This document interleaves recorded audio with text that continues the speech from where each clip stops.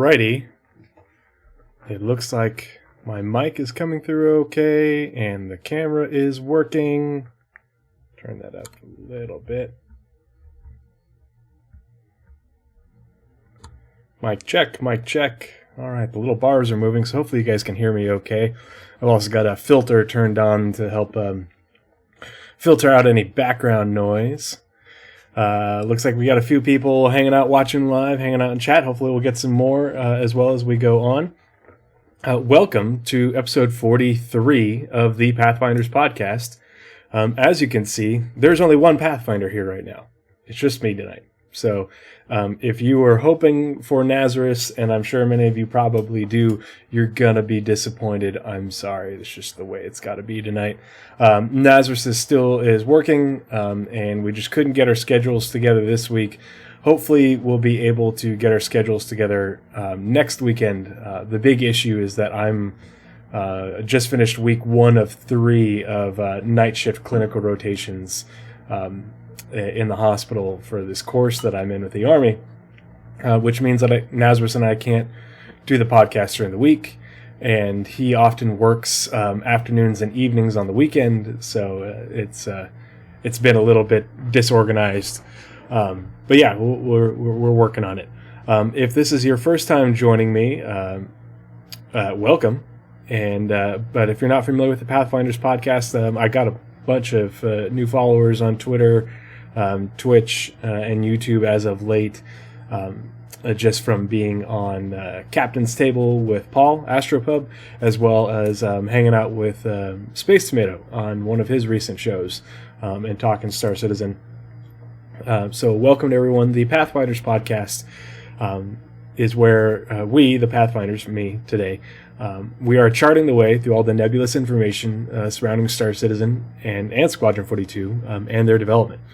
And so we do deep dives into all manner of things regarding the development of the two projects, as well as the inner workings of CIG, but then we also follow the development in depth. So we follow read the monthly reports and break those down, both the PU and Squadron 42 monthly reports, and we follow the updates to the roadmap in detail. So we both, Nazeris and I, both pore over the progress tracker, but we also utilize a tool called ShinyTracker, ShinyTracker.app. That's all I have to put in to the internet to look for it. And what that does is it generates reports based on the data that's in the back end of the progress tracker that comes out with the updates, it isn't forward facing. And the data is there because that's how Jake Bradley, Jake Acapella, however you want to call them, it puts in the information. But unfortunately, the format for the progress tracker right now doesn't have a way to display all the information that is available. That's something that they're going to work on eventually, but the Turbulent team who works on the website and all that has a lot going on. Obviously, if you follow the project, you know that the website has been going through lots of changes as of late. So this evening, we had a Roadmap Roundup and update to the progress tracker on the 19th, which is Wednesday. And it's a good one because we're in the first month of a new quarter, the first month of quarter 2. And so what happens is that the updates in the first month of the new quarter, depending on the schedule and when the meetings occur, are when the progress tracker gets updated with that month's or that quarter's work for the downstream teams, as well as extending out the schedule for the upstream teams. So this update got a lot of the downstream teams scheduled for their work for Q2, so April, May, and June. And then the next update, the one that should be, not this upcoming Wednesday, but the following, I think so, like May 1st or something like that. That one should get the rest of the downstream teams, as well as the updated schedule for the upstream teams. Part of the crew, part of the ship. Part of the crew, part of the ship. Part of the crew, part of the ship. Part of the crew, part of the ship. Maury, thank you for joining me. Longtime follower on the YouTube. It looks like I don't think you've ever come and hang out on the Twitch, and you just started chatting in Discord. Good to have you, buddy. Glad to see you. Thank you for the follow. I appreciate it. As I was saying, yeah. So I think it's telling as to why the downstream team or the upstream teams. So don't have their schedule yet, because the upstream teams are the ones that get their schedule far out in advance, basically up to almost a year. And so when the next update comes and we start getting the update to the upstream teams, we'll see what they're going to be working on in Q4. Because right now the progress tracker only goes out to Q3, and that's only for the upstream teams. And it only goes out to Q2 for the downstream teams. If you want to know more about what teams are upstream and downstream, I will put a link in the chat here just a second for the Roadmap Companion, which breaks down, it gives you a lot of good information on how to read the roadmap in the progress tracker, but also, what teams are what. Let's see, where's that link? There it is. And we'll put that link in chat. There you go. And that'll break down what teams are upstream and downstream for you. First time watching Twitch live. Welcome, Moriokiri. Thank you so much for joining me live. Always good to see you in the comments on YouTube, as well as sharing things and giving me likes on Twitter. I really appreciate you being a part of the community. So yeah, we're going to be going over the Roadmap Roundup, the ShinyTracker reports, and then while we're doing all that, if you have a question about anything regarding Star Citizen Squadron 42, this isn't going to be a Let's Ask Tree personal questions. I might allow some of them depending on how personal they are. But if you have a question on any of those things, if you have the little crayons in the bottom left of chat, it only costs 100 of the little crayons, so the more you watch and the more you interact with chat, the more crayons you get. And what you can do is you can spend 100 crayons to highlight your message, and that will help me keep track of the questions. When I see them, I'll just I have a Word Word document up, and what I'll do is copy and paste those, so that way we can go through them. I can't guarantee we'll get through all of them depending on how many we get. I have game night tonight, and so I'm going to be stopping at 8 p.m. Eastern, so 7 p.m. my time. Night Cobb, good to see you. What if you don't eat crayons? Well, then you can turn them in for questions. But beyond that, why would you not eat crayons? They're amazing. So yeah. Let's, as you can see, I have adjusted, blank document, there you go, the scene here on OBS to fit just the one of me. And then on the bottom left, if this is your first, or the bottom underneath me, if this is your first time hanging out, watching live or watching on YouTube, I always try to preface the episode with, I do all of my content is for charity. I'm a veteran and a member of the Army National Guard here in the U.S. And so any monetization I get via Twitch or YouTube goes directly to stackup.org. So if you hate commercials on Twitch and you want to subscribe to the channel, that money, I donate that to stackup.org. If you watch the ads, that money goes to stackup.org. You can donate directly via the there's a little link thing on Twitch somewhere if you're using your browser, but then I'll put the link in chat as well.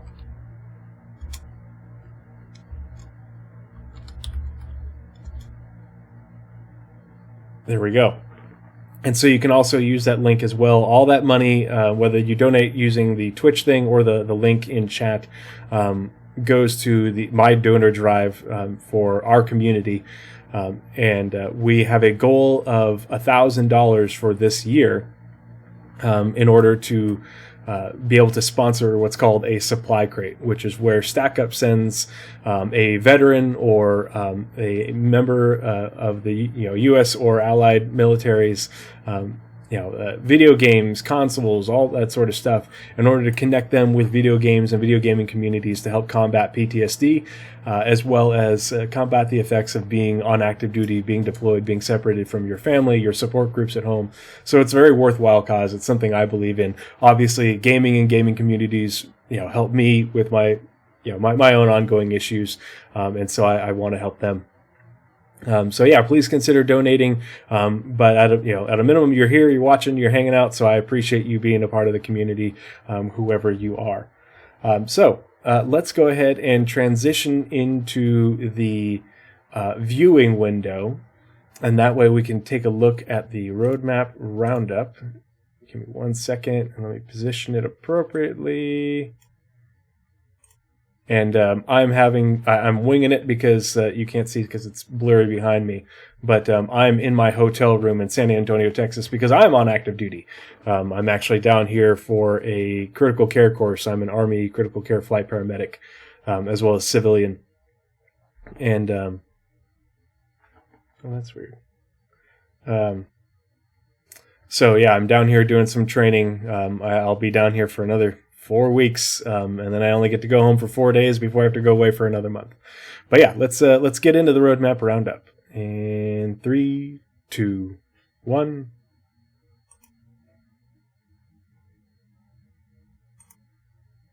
And let's make this big. And I'll wait for it to catch up, and that way I can see. Good. All right. Looks reasonable. Okay, so because Nazeris isn't here, I'm going to do what he normally does, and we always like to read the preface, whether it's a Roadmap Roundup or the monthly report.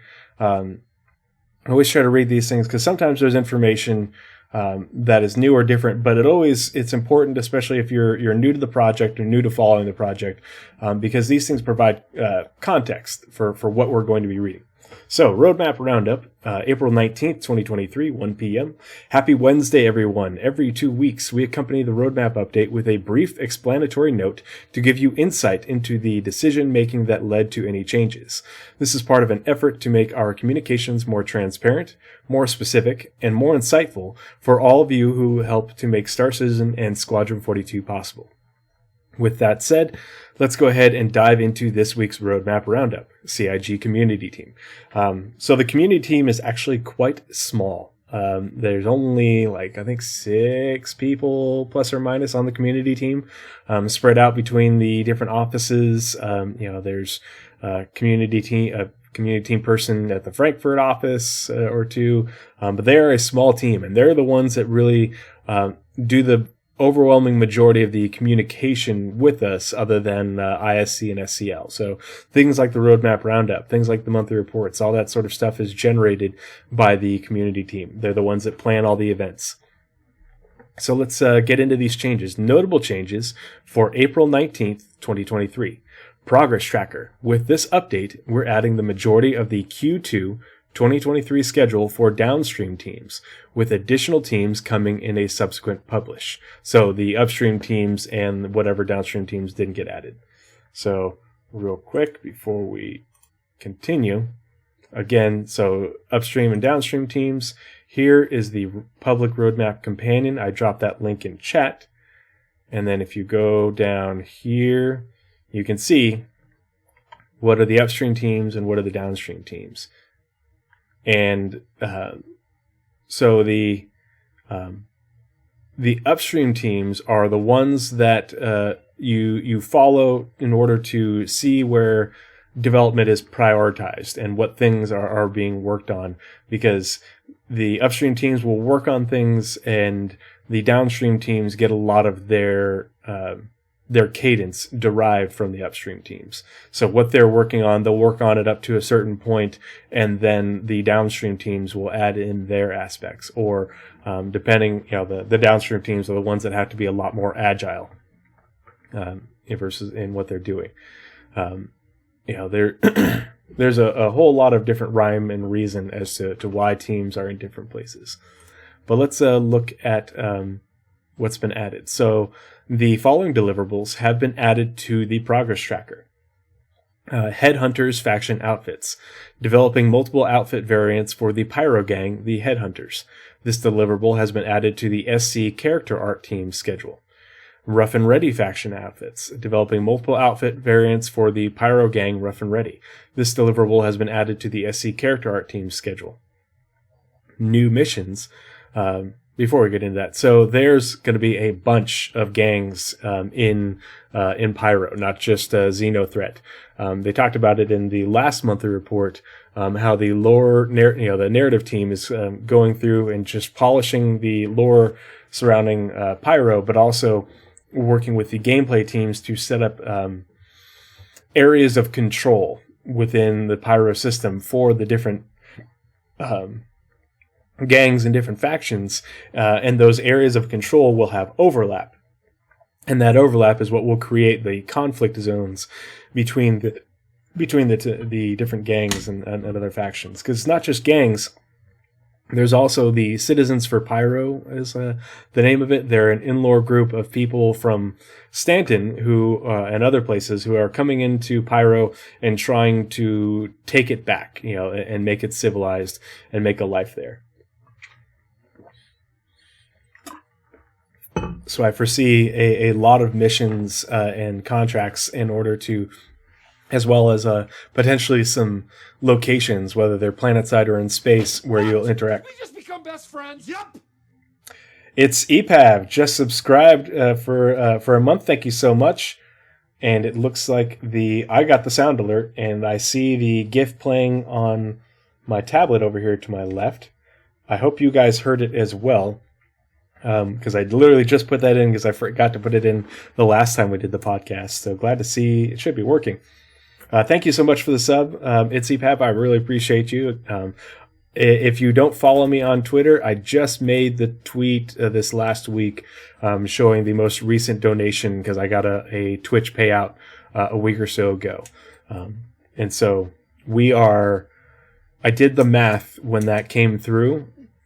And the goals that are above the window that you're looking at right now are not accurate because the goal on the left, the stack up goal, doesn't count the money that gets donated directly through Twitch. If you use the little Twitch interaction thing, not the link that's in chat. And so I did the math. I'm able to go back and look at the donations on Twitch and see how many we've had since the beginning of the year.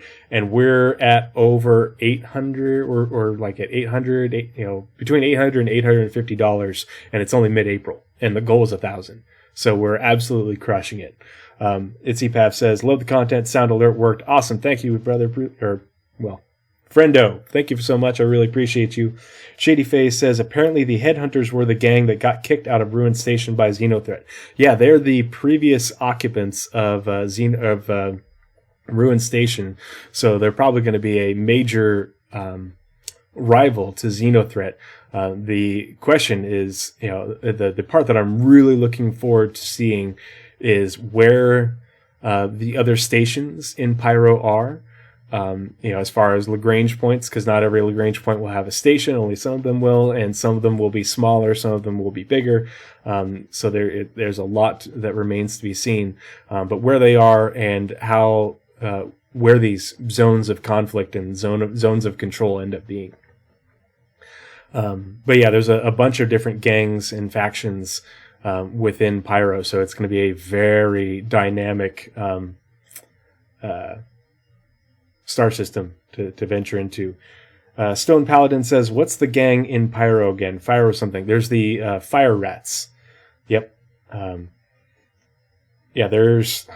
think there's even more gangs than that. It's EPAV because the narrative team did something a while back, and I think there's an SCL as well as a post about it, about all the different gangs in Pyro.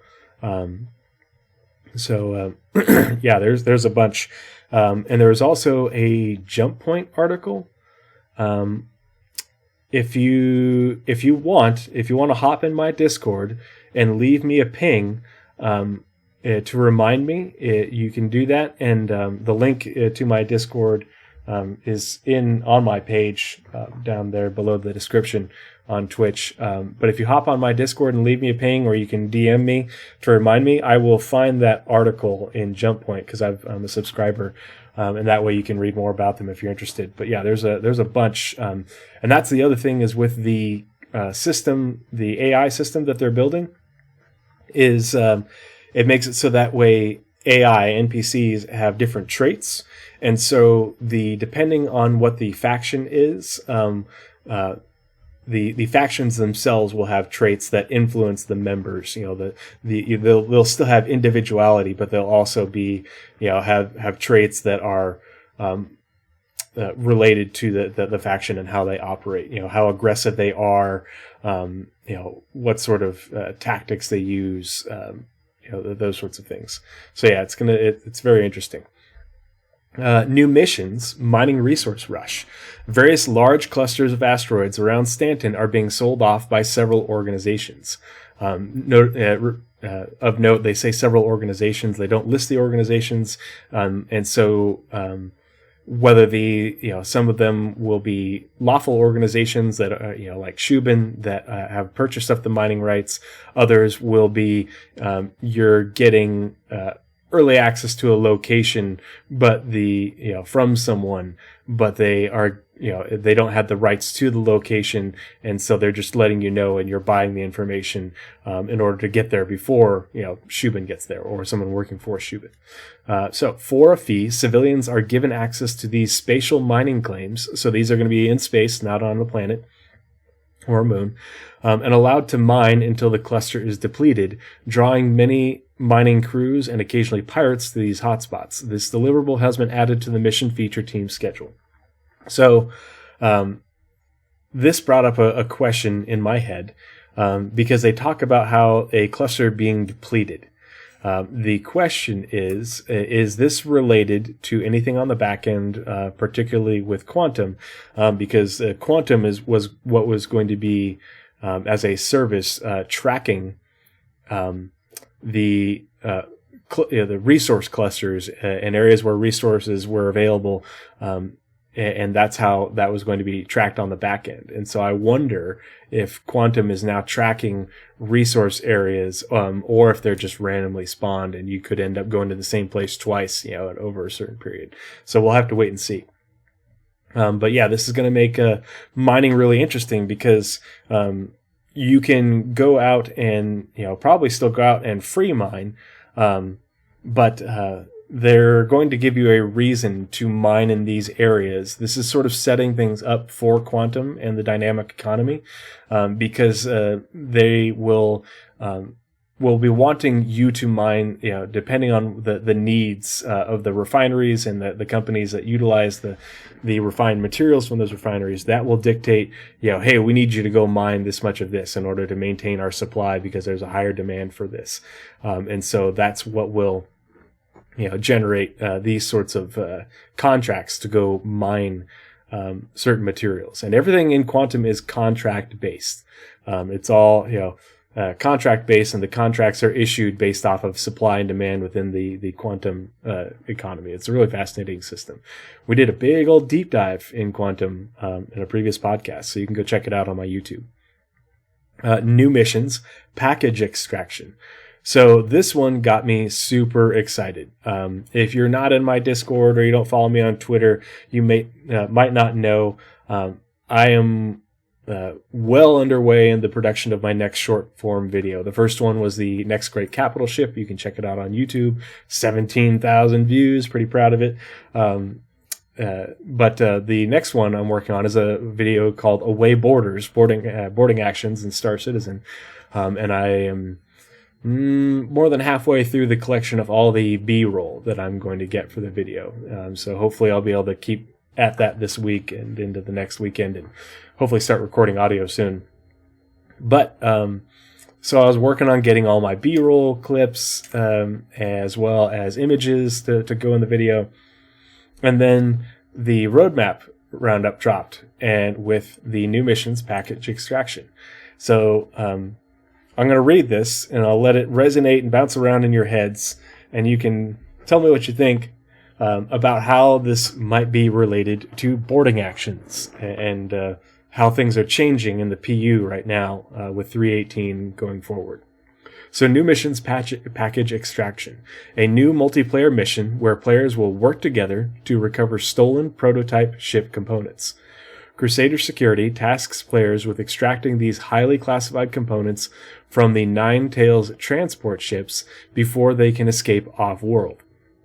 This deliverable has been added to the mission feature and narrative team's schedules. So, the way I read this, and we haven't gotten more information, in detail about these missions, but the way I read this is that the Nine Tails are these missions could just be the ship is parked on one of the Crusader platforms, and you have to land and then go steal it before the ship takes off. But I think these are much more. You essentially get a marker just like for bounty hunting. For a ship that is leaving Crusader, and you have to go find that ship in a certain amount of time, before they can escape, and soft death them. They'll probably just make it so that way it's 100% soft death, and then you have to board that ship to then recover the highly classified components. To me, this sounds like a great opportunity for a boarding style mission, because they've been doing. We just become best friends. Yep. Oh, Axis 0096 just subscribed for 5 months. Thank you so much, Axis. I really appreciate you. Good to see you. Shady face. But what if I want to take these components for myself? I guess you could do that. I don't think the components will be physicalized. They might. I think that they will be crates that you have to recover. And the component will be in the crate and you won't be able to open it. But it could be something physicalized. We don't know. But I think that this is a great opportunity for a boarding style mission. We already have, and I talk about it in the video that I'm working on, but we already have boarding missions in game right now. You have the I forget what it's called, but the one with the caterpillar, where you have to board the caterpillar that's been disabled in order to recover the gang members. The caterpillar is a prison transport. There's the hijacked 890 jump mission. That's a boarding mission. We have the new space derelict reclaimer missions, where you have to board those I think one of them is a data recovery mission. I can't remember what the other one is, but now to me, this totally reads like they're working on more dynamic boarding missions, where you have to, instead of the derelict already being there, you have to intercept it and soft death the ship and then board it. The question is, what ships will they be using? Will they have escorts? How many NPCs will be on board the ships? It's going to be really interesting to see these in development and play them when they come out. New missions, data heist, implementing missions that task players with infiltrating locations, often held by NPCs, reaching data stores, and setting data to upload to offsite handlers. This deliverable has been added to the mission feature, narrative, and VFX teams' schedules.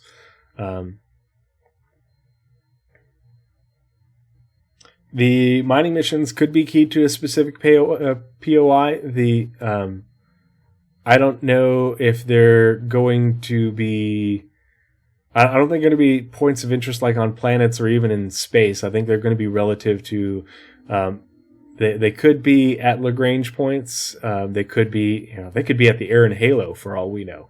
We don't know where they're going to be, but they say spatial. So. Whether they're around Lagrange points or elsewhere, who knows?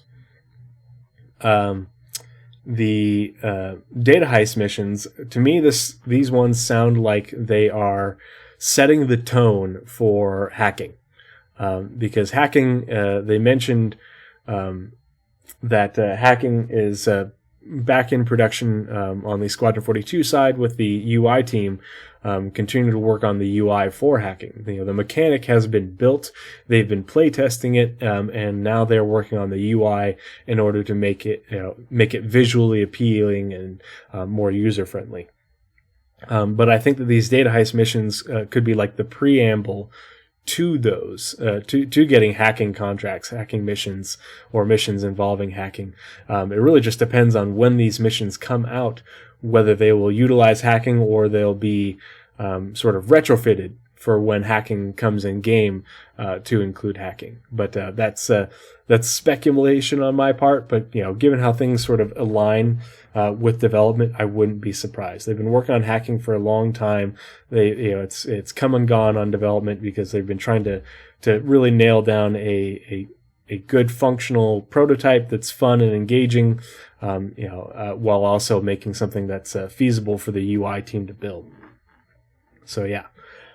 Before we get into the ShinyTracker reports, I just want to remind everyone, if you have a question, because after we get through the ShinyTracker reports, it's going to be AMA time. And so how long we spend asking answering questions and digging into things that you're curious about, it all depends on if you guys ask questions. So if you are hanging out and watching in chat, you can use the crayons and you can spend 100 of them to highlight your question, and I'll copy and paste it into a Word document, and we'll go through those after the ShinyTracker reports. But if we get through the ShinyTracker reports and there's no questions, then I'll just sign off for the night and go work on the video before I have game night later on this evening. So it's up to you guys. If you guys have something that you're curious about, we can dig into it live. If it's something I've got the answer off the top of my head, I can talk about it. If it's something I know about in particular, I can look up links, and get you, direct citations. So that's all up to you.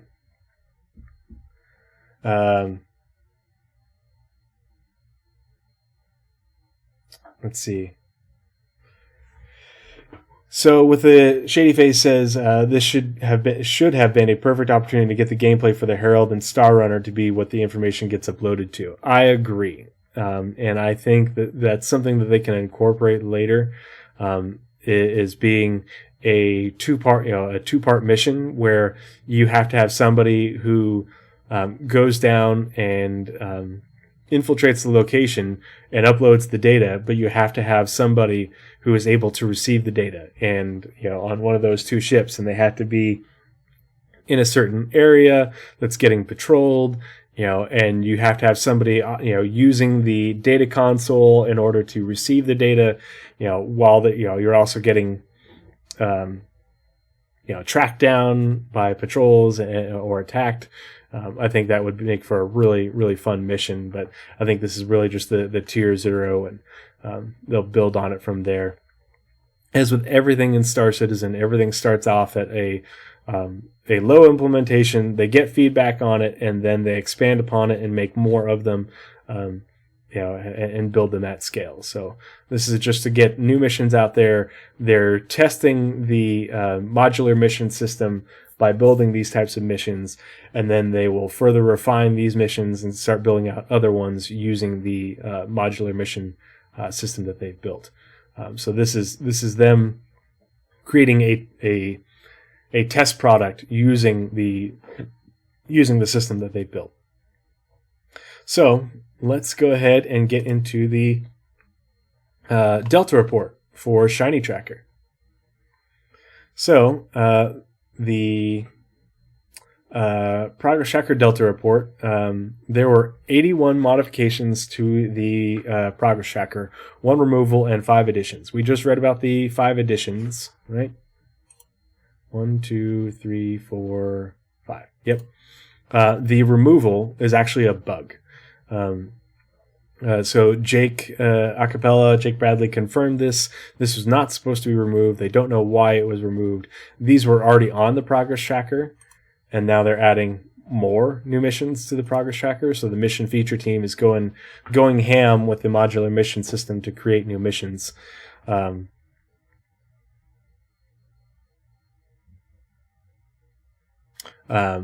but for some reason, this deliverable got removed from the progress tracker and it wasn't supposed to. So don't just remove this from your mind. It's not getting removed. They're still there. And these are the deliverables added that we just read about. And then let's look at the updates. As I go through these, nothing was removed, Axis. The thing that was shown as removed, the salvage contracts new missions, is a bug. It wasn't supposed to be removed. So don't worry about it.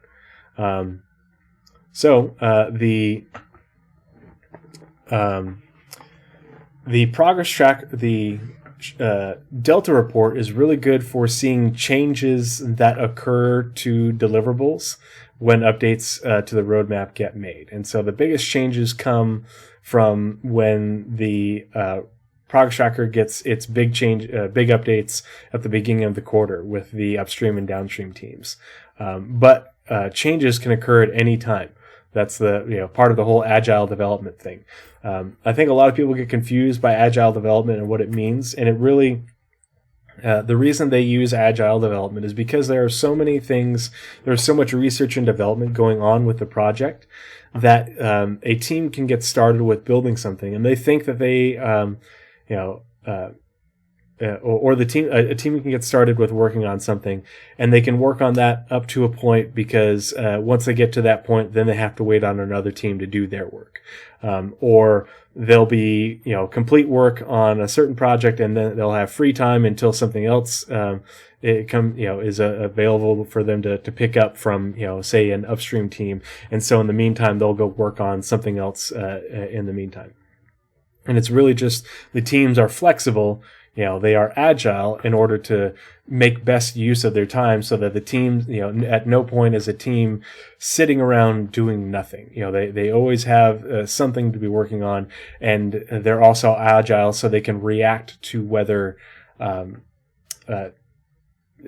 prerequisites or dependencies come up that weren't otherwise known, or if something is delayed, say from an upstream team, and because it's going to take longer than they planned. Okay, well, we were planning on working on this. Once this upstream team got done with it, they're not going to be done with it for a while. They ran into some issues, and so we're going to work on something else instead in the meantime. And so that's where you see a lot of these changes is the teams, either pivot based off of work being accomplished. They pivot based off of priorities changing, based off of development timelines, and they pivot based off of dependencies, those sorts of things. So when you're looking at the progress tracker, never look at it as promises. Don't use it to say, "Oh, this will be done," at this time. As a deliverable gets farther along, then you can sort of make some educated guesses, especially when you see lots of teams working on something and their sprints are coming to an end without any updates to those sprints, when they should be updated. But it's mostly just in order to be able to keep track of what the teams are working on and see what the priority is. So actor status tier 2. So they updated the sprints to actor status tier 2. So we'll pull this up real quick. Yeah, but they promised. So the actor feature team is doing a sprint on actor status tier 2. Actor status tier 2 has been one of those things that's that can that has been kicked down the road multiple times. And so basically the sprint is still planned. But they adjusted the dates on it. So it's not going to go as long, and it started a little bit sooner. And that's all that changed. They just freed up a few days of work to engineering devs. Actor status tier 2 is very interesting, and I'm hoping that we'll see more added to this deliverable, more teams added to it, or the sprint changing soon, because actor status tier 2 is one of the things that will coincide with the development of additional medical gameplay. So NPC status tracking, DNA integrity, so relating to your imprint viability score, medical insurance, cybernetic limbs, cloning, not cloning of people, but clone. One of the things that's been speculated based off the lore is cloning of limbs and organs as part of regeneration, because regeneration tech predates regeneration of regenerating a whole person, and so the way it's written, it insinuates that Bioticore was able to use your DNA to regenerate limbs and organs when you take damage, in order to have them implanted on you when you become injured, versus using a cybernetic, so limb or organ. AI vehicle perception, they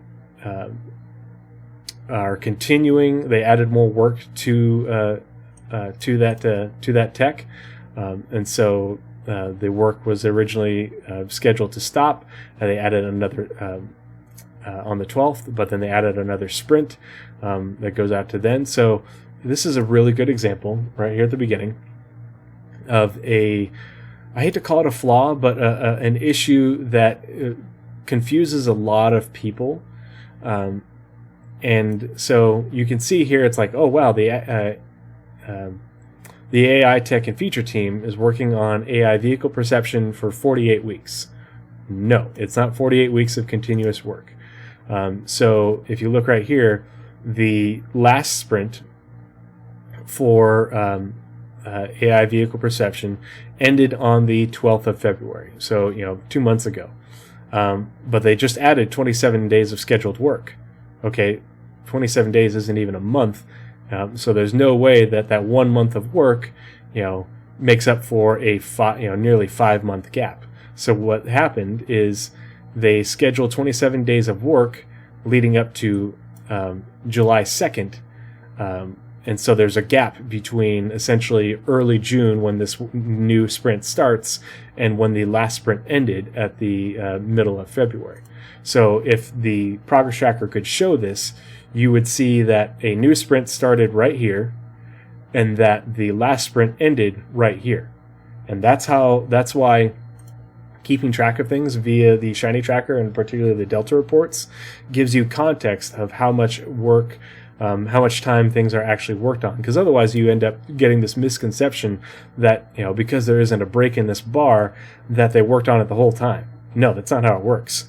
They come in, they because of agile development, they work on things for a period, and then they go work on something else, and then they come back to this when they have time or when it's a priority, and that's how these sprints work. So I hope that makes sense. Jake has told me many times that he cannot wait until the sprints, these bars, when because right now if you just do this, but if you open this up to look at the different teams working on that deliverable, he cannot wait for these different bars to be able to be segmented based off of when things are actually scheduled, because the data is there. Jake actually puts it in, but the way that the website is able to display it, it just shows it as a contiguous bar, and that generates a number of weeks based off the contiguous bar, not based off of how much time is actually spent working on a deliverable. Artificial gravity end date has moved closer, so that just means that the a sprint.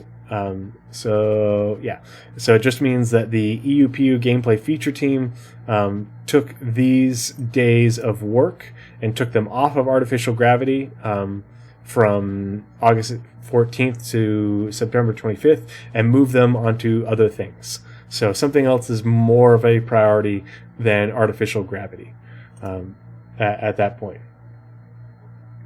The in-game year is, 2953. So they removed that sprint entirely. So there was apparently going to be a sprint going from here to here with the EUPU gameplay feature team, and they removed it or they just shortened it. They were going out to here, and they shortened it back to here. So they're still working on that, but we don't know why they took that work off and scheduled it to something, apparently scheduled it to something else. Bounty Hunter V2. So this is a good thing. the end date was extended from July 2nd to August 14th. Because they added a bunch of work from the mission feature team, the narrative team, and the USPU gameplay feature team. So that's probably where some of these days went, potentially, is to work on Bounty Hunter V2. So Bounty Hunter V2, because of the scheduled work and more work being scheduled ongoing, is definitely a big priority for Star Citizen. And you probably already know this because Nazeris and I have covered it multiple times, but it's been mentioned in both of the letters from the chairman from this last December as well as May of last year. So they keep on saying that they're working on it and they really want to get it out, but there's a lot of codependencies to Bounty Hunter V2. We know that they just showed off the I forget, I think it's what team is working on it, but here, we'll pull it up real quick. But they just showed off the Bounty Hunter offices, being worked on by, it would be EU Landing Zone 2 in the last sprint report. But you can see that they're continuing to work on these things, and they're plugging away on it, but the security offices. But the part of the issue is Bounty Hunter V2 this is the player-facing deliverable, the player-facing feature, but it's dependent on information that is fed to it via backend systems that are part of the quantum package of services. Just like server meshing and PES are it's a single deliverable that are built on top of multiple backend services. Quantum is the same way, which includes virtual AI, the NPC scheduler, the security service, as well as a couple more. But those things are actively being worked on by the Systemic Services and Tools team now. They have been, more and more people have been added to work on Quantum and those different services as PES has matured since last year. Bug fixing and tech debt. So, as you can see, they are constantly working on fixing bugs and addressing tech debt. It's an ongoing process. They're always devoting, and this is part of the agile development as well. When they don't have a deliverable, that they're working on, or they're waiting on other teams, these teams will schedule work in order to fix bugs and address tech debt, and they're constant. It's really a constant thing. But sometimes they'll do small sprints, and other times they'll just constantly have people scheduled out on it, like the EUPU gameplay feature team always has people working on fixing bugs as patches go through development process. Cave archetypes, they added 27 days of work. So the VFX team got added, and it says added 27 days of work, but you're like, wait a minute, the date only got moved out 12 days. Well, that's 12 days, minus this, and so their sprint will start essentially 15 days, the beginning of April. But the good thing is VFX is a downstream team, and so when VFX gets to work on something like a location, or sometimes they work on ships, because they're a downstream team, that's usually a very good indicator as to the state of production for certain things and how much longer, how soon we're going to be seeing it. So the additional cave archetypes that they've talked about, I wouldn't be surprised if we started to see more of them coming into the game soon. Let's open up the release view, because I can't remember if locations, cityscape. No, I wouldn't be surprised if cave archetypes got added to 3.19, and if not 3.19, maybe a 3.19.x patch, or as part of 3.20. And I'm expecting 3.20 to be the Q3 patch, end of September, early October with CitizenCon. I'm just going to skip through the chapter work on Squadron 42 just because it shows that they're continuing to work on these various chapters. The only thing that, to me, that this is worthwhile looking at is just to see what chapters are having work done and what ones aren't. And so let's get down here. So character work, lots of teams working on different characters, and this is one of those things for Squadron 42, which is they're working on all the characters, whether it's named or unnamed NPCs, the people that have had the motion capture, facial animation, all that sort of stuff done. And this is a lot of ongoing polish work to make sure that both in game as well as during cutscenes, that the characters look as good as you can, and everything flows as best as it can. It looks cinematic. That's really what CR is going for. Chemline is a location in Squadron 42. Cutting Tier 2. So this is another thing. When this came out with the latest update, that I got really interested in, because it's something that I highlight in my boarding actions video. Spoiler alert. But the graphics team was assigned. So graphics is another one of those downstream teams.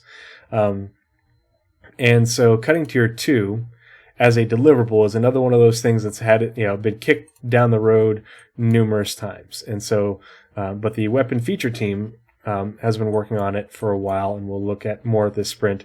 But the weapon feature team has been working on Cutting Tier 2 quite a bit over Q4 last year and into Q1 and Q2 2023. But now that the graphics team is coming online to work on it, and they extended their, they added 27 days of work, so that would be, essentially they elongated the sprint. Is what they did. Is initially the sprint was probably short, and then they made it longer to based off of how much work needed to be done. And but this is a good thing, because Cutting Tier 2, if the graphics team is working on it and the weapon feature team has been working on it for a long time, it means that they are probably coming close to being able to implement the update to not only the multi-tool version of cutting, but also there is a industrial cutting tool, a two-handed one. And so you'll have to use that to do the freeform cutting on different certain surfaces. You'll also be able to use cutting to get into lockable containers. But Cutting Tier 2 and freeform cutting is one of those things where if you were going to be breaching a ship as part of a boarding action, or a station, or a facility like an asteroid facility, one of the ways you could breach it would be via cutting a hole and freeform cutting. So it's something to keep an eye on. I'm really looking forward to see it. I'm really just looking forward to seeing these two-handed industrial tools make it into the game. The tractor beam, the salvage tool, the cutting tool. They haven't mentioned a mining tool, a two-handed mining tool, but I wouldn't be surprised if they added one of those as well for mining. The small handheld rocks, or maybe they'll make a larger rock that you can mine with it as well. So it'll be really interesting to see. But the development is coming along, and so hopefully we will see this implemented along with lockable containers, which is another thing that they've been working on, as well as reasons for you to use cutting. So yeah, very interesting. Derelict spaceships, points of interest. So VFX team is a downstream team. They added another sprint, so they added 27 days of work. So basically that sprint's going to start at the very end of April, basically like in the next few days. And but VFX is downstream, so that's a good thing related to adding more POIs and updated POIs. So there's that sprint. So they added 27 days, and you can see VFX has already worked on it before, and so that sprint stopped at some point and then is getting picked back up right at here. So it's another good example of how this sprint is not contiguous.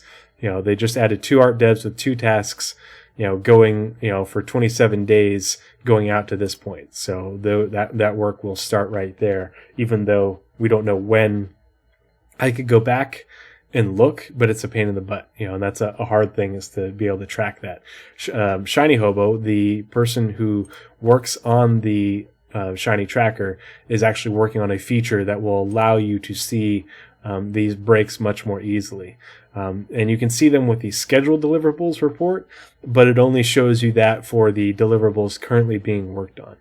So if it's not currently being worked on, but it's scheduled to be worked on later, you won't see that gap in work until it starts being worked on again. But yeah, they released more derelict spaceship POIs with 3.16, but they talked about how they're going to be adding more of them and updating them. And so this is just more work in order to polish that out, as well as work on additional variety. Duster faction outfits, we read about that getting added.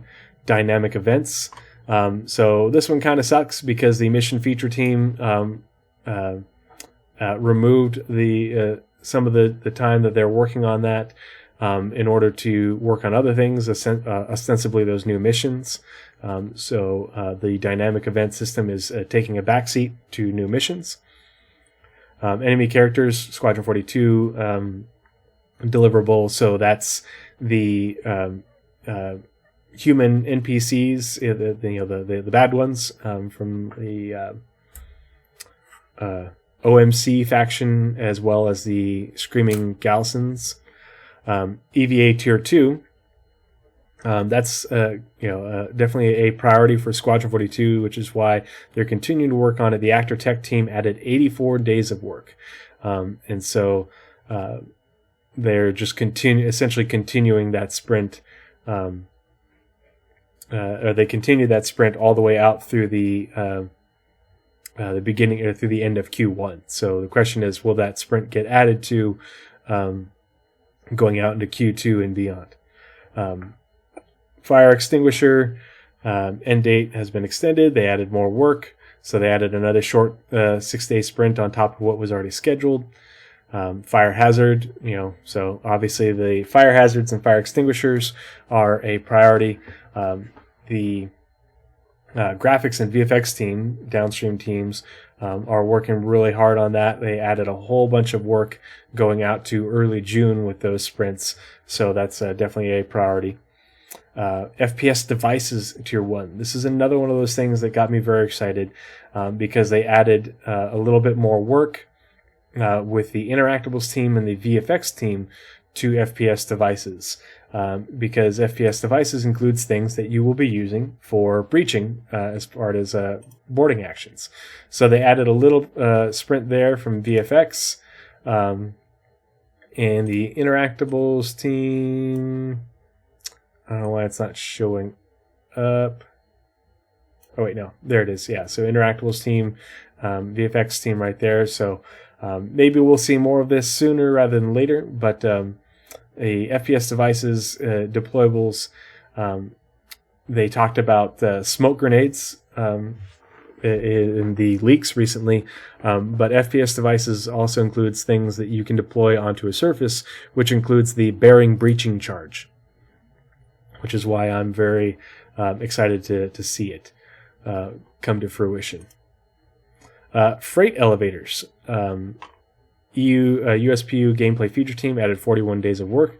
Again, this is a big priority. They need freight elevators for the ongoing work on the cargo factor and cargo missions, cargo contracts, because the freight elevators are where, okay, you are going to be taking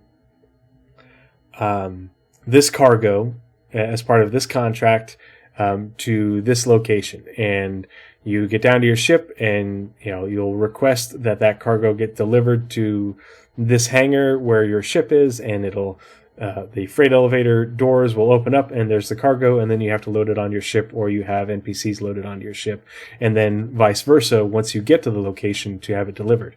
Okay, you unload it into the freight elevator and away it goes, mission complete, now you get paid. Hey, it's Nick, good to see you, buddy. How are you? Hope your weekend is going well. Did you get a chance to try Xenothreat? I know there's been a lot of mixed reports, a lot of desync going on. It really just depends on the server. It sounds like CIG is getting a whole lot of data that they desperately need in order to continue to optimize PES and the servers in advance for 3.19. So the Xenowet did not go well at all, but weekend overall good. I'm sure... oh gosh. What's her... it's Rowena Dooley, but what's the actual person's name? I forget her name now. She's done a bunch of voice acting for CIG. I'm sure Anna Dimitriou. I think I'm saying it right. Anna Dimitriou. I'm sure Anna appreciates your efforts, Nick, and your patience or lack thereof. I am geographically locked out of Star Citizen because my gaming PC is back home in Idaho, and I am in Texas with my work laptop that cannot game.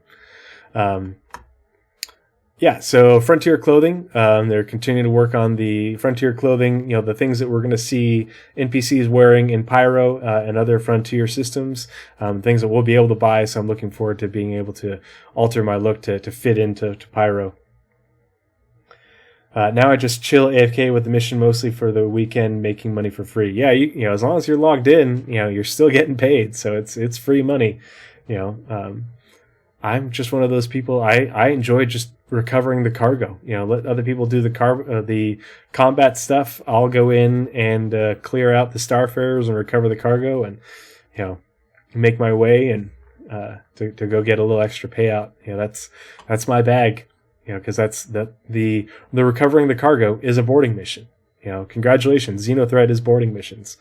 Gen 12 renderer. So everybody's like, why are they still working on it? I thought it was done. The initial implementation was done.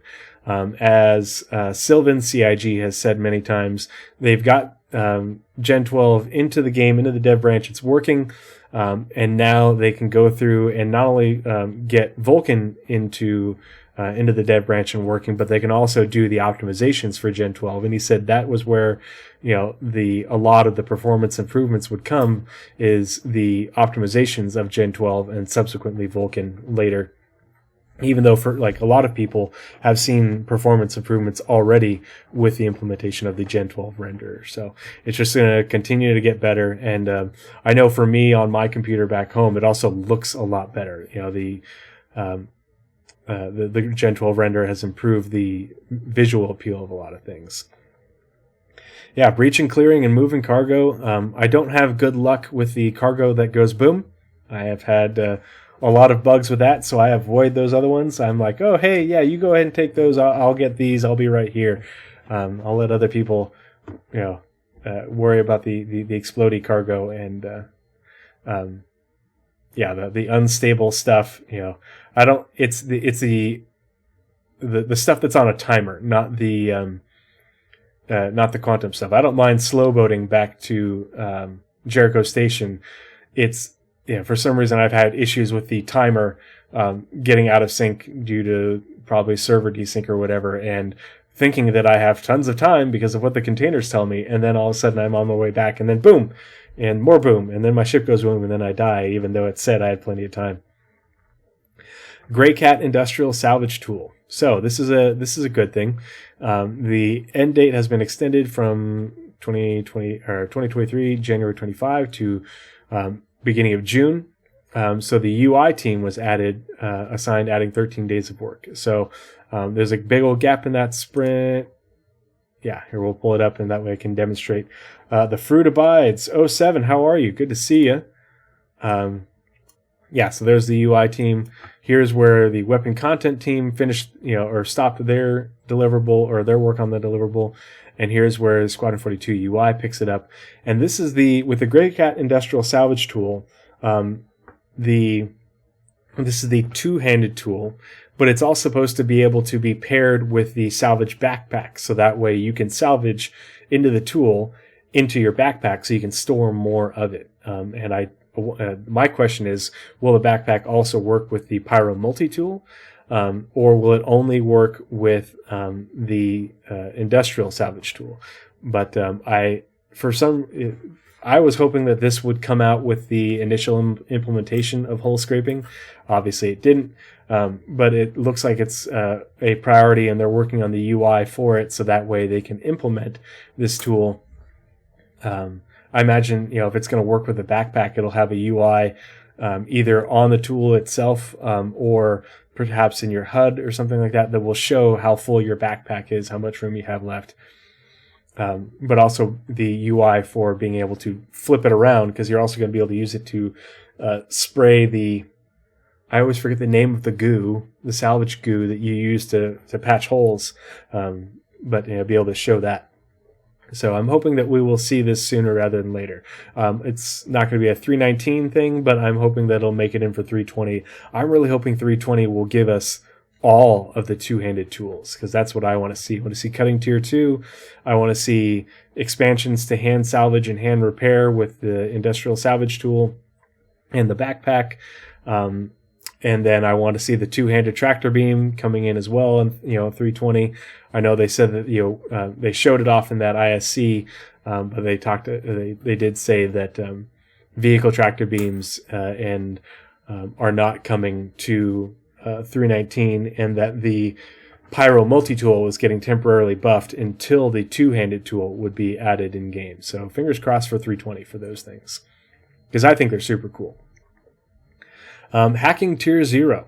And so Nazeris and I are talking about this next episode of not only being able doing a scatter anomaly or a spectrum pulse next week, but also doing a sit rep for hacking as well as tractor beams, because they did mention hacking in the monthly reports recently. They're adding work to hacking. Obviously on the progress tracker, and they're also introducing those missions that could be aligned with hacking, the data heist missions. I don't think initially they will involve the actual hacking gameplay, but I think that they are going to be a template that can be used for once hacking gameplay is in order to add to that mission set. So end date has been extended. I'll pull this up. We'll look at this under scheduled deliverables as well, as to see when the gaps in work are. But the fact that they have the graphics team and the UI and the VFX team, all downstream teams, adding work to hacking. We'll pull up the deliverable. So 19, 13, and 13 days of work for these 3 teams. And so it looks like they are already working on it, and then they just added another sprint. So when we pull this up in the scheduled deliverables, we'll see what that work actually looks like as far as how the sprint is broken down. But to me, this looks like hacking is very much a priority, and here are all the upstream teams doing their work on hacking way, way, way back. And so the fact that they've got the downstream teams working on it, graphics, UI, and VFX, to me that means that they are pretty pleased with how it works and how it functions as far as the design and gameplay. And now they're making it visually appealing and easy to work with on the player-facing aspect. So hopefully we will see hacking soon. Definitely not 319, but I would not be surprised if it's a feature that came with 320. And hacking is a big part of boarding, because being able to hack airlock doors and hack ships in order to interfere with systems, as part of ongoing boarding actions, or even for stations and asteroid facilities. It's going to be an important gameplay element for boarding actions. So stay tuned for that video. Go subscribe to me on YouTube. We're almost to 1,000 subs on YouTube, and 1,000 subs on YouTube is when I start getting monetized on YouTube. So more money for charity if I get to 1,000 subs. So if you're not already part of the crew, part of the ship, part of the crew, part of the ship, part of the ship, part of the crew, part of the ship, part of the crew, part of the ship. I got the sound alert. There's the GIF. Sweet. Zilky TV, thanks for the follow. Thanks for joining me this evening. I appreciate you. But yeah, if you guys are hanging out in chat and you haven't already subbed on YouTube, I would really appreciate the sub. Every little bit counts, and the sooner we get to 1,000, the sooner all the views on YouTube start getting counted towards monetization, and we start raising even more money for StackUp.org. So I'm excited about hacking Tier 0. I think you should be too. I think it's probably one of those things that's going to be coming sooner rather than later. Life support Tier 0. We already... Life support Tier 0 and artificial gravity are two features that had the the gameplay feature teams remove work on those sprints, and adjust them. So it looks like they're still here. This one looks like they're still working on them. Yeah, EUPU gameplay feature team, but they shortened the sprint. And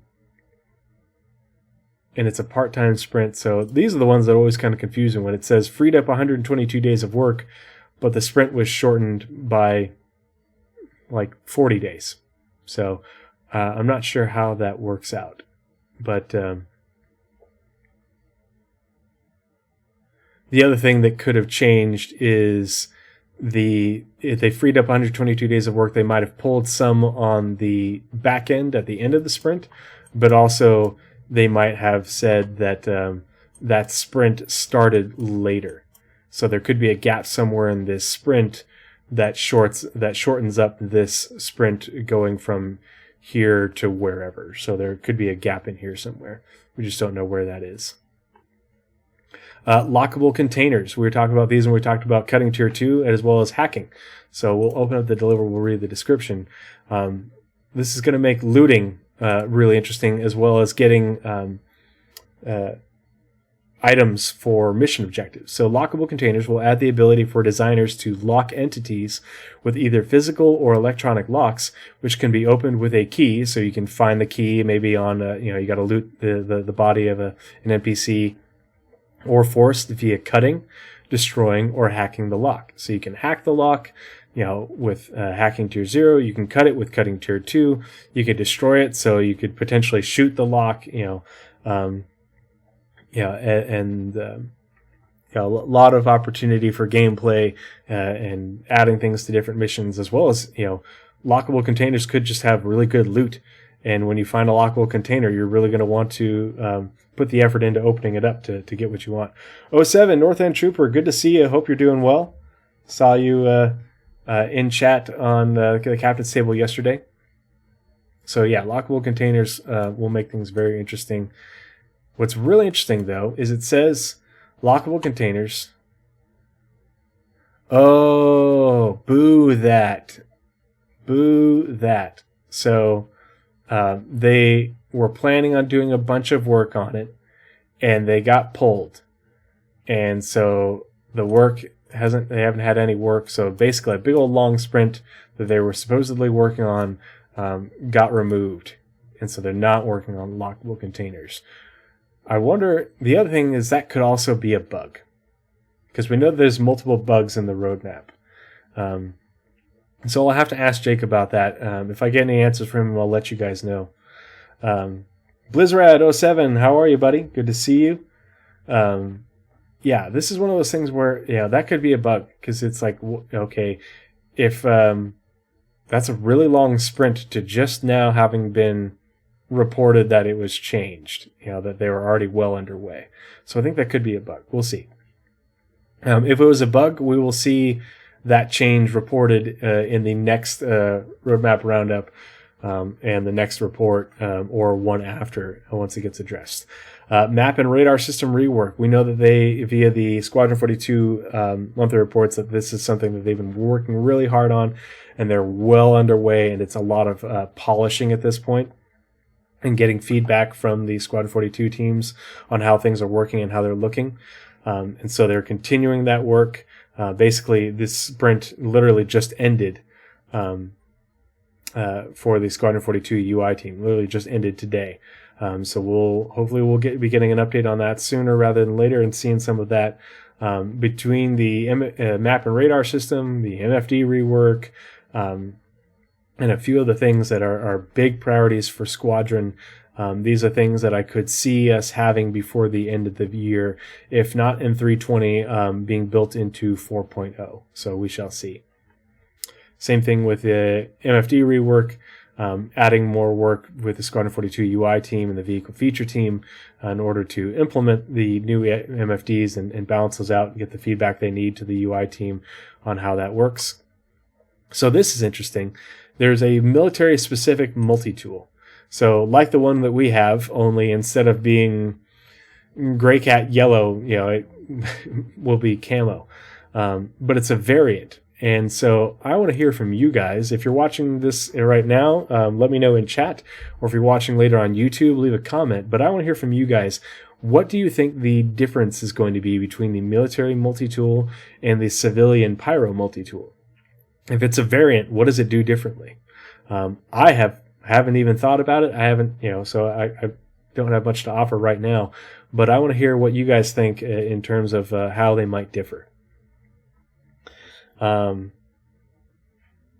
Salvage contracts is one error. I imagine there are multiple errors and bugs. There are persistent bugs that go on between the two, and it's not just with ShinyTracker. ShinyTracker literally just pulls the information and puts it in. But if there's a bug in the program, the way that Jake puts the information in, and the way the program puts it out to the website, that also creates issues. It will look cooler but induce PTSD in its users. Jeez.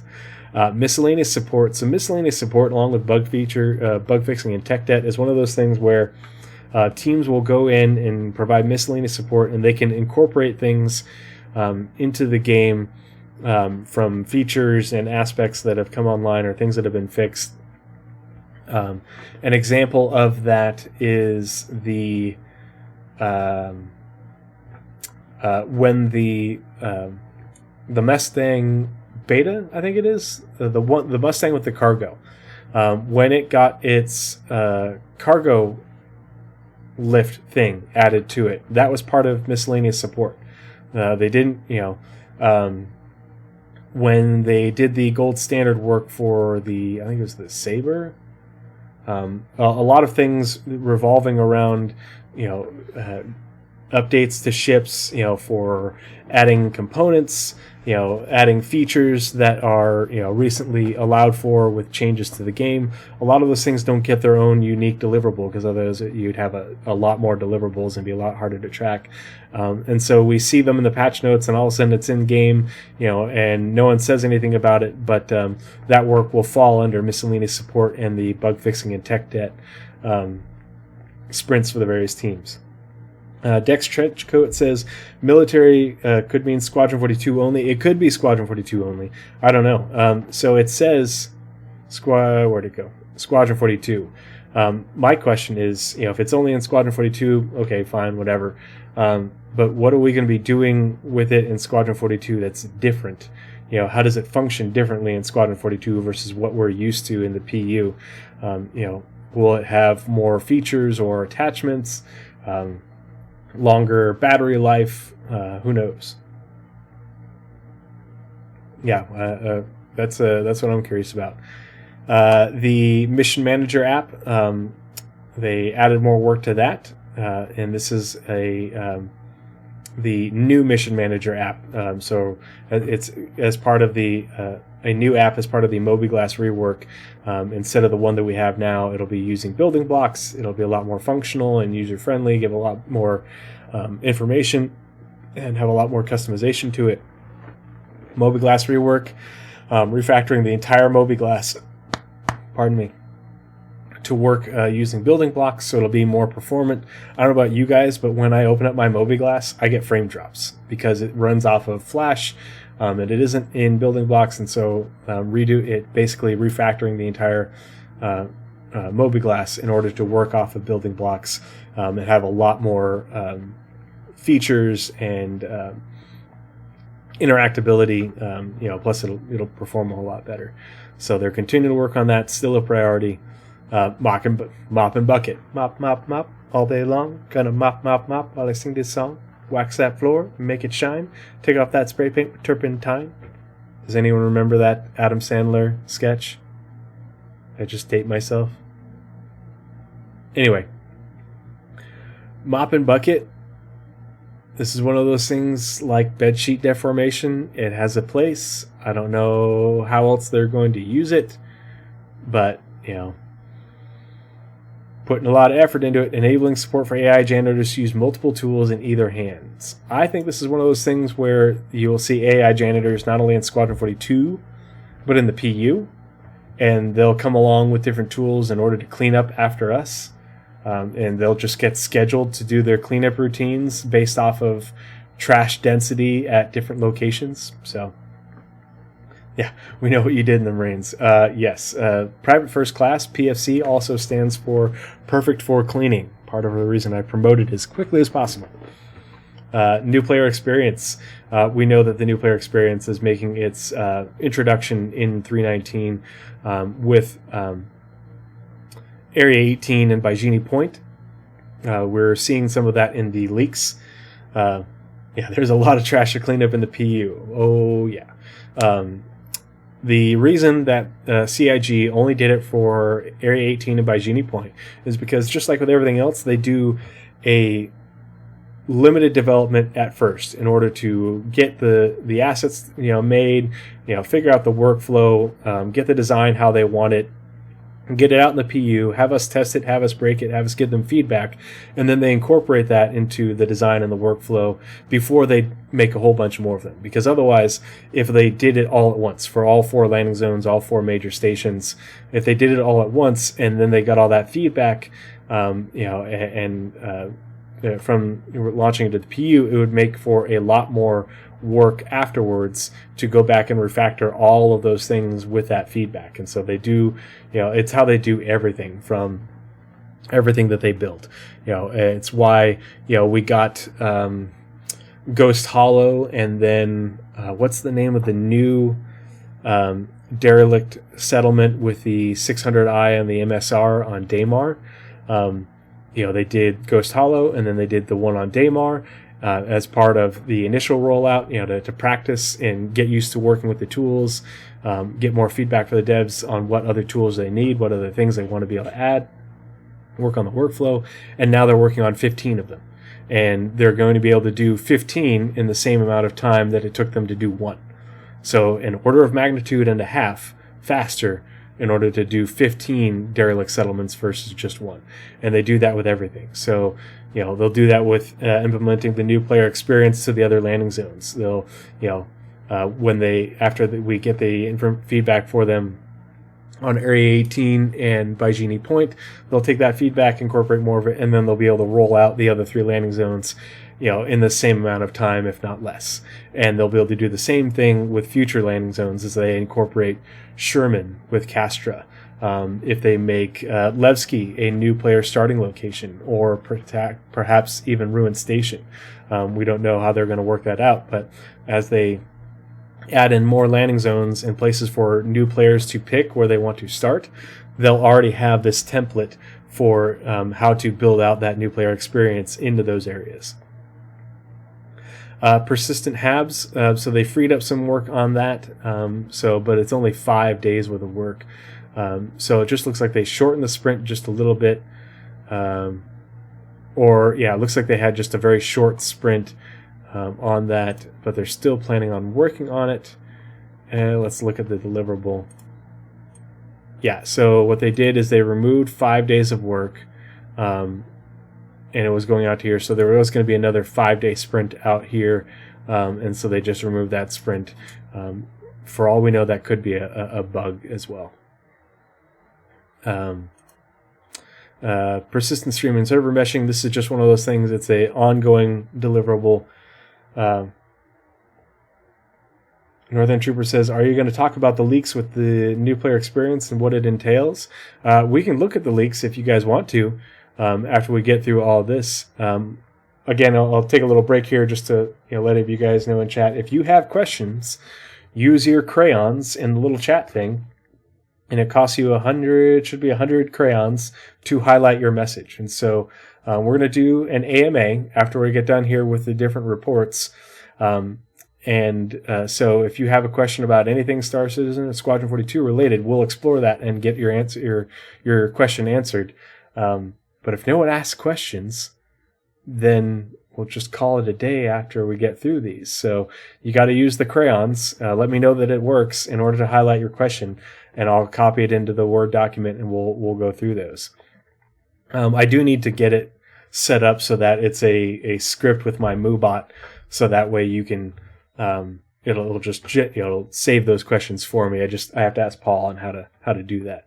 So if you guys are listening right now in chat and you have a question about something, let me know. Write it down and put it into the chat with the crayons. Highlight it, and we'll get into that after we get done with the scheduled deliverables report and finish up with the roadmap roundup. But yeah, PES and server meshing. This is work that's going to be ongoing for a long time, even after we get full dynamic server meshing in. They're just going to be having more, different teams working on different aspects of it to make sure that their things that they're responsible for are incorporated into PES and server meshing, and they work with those two backend systems.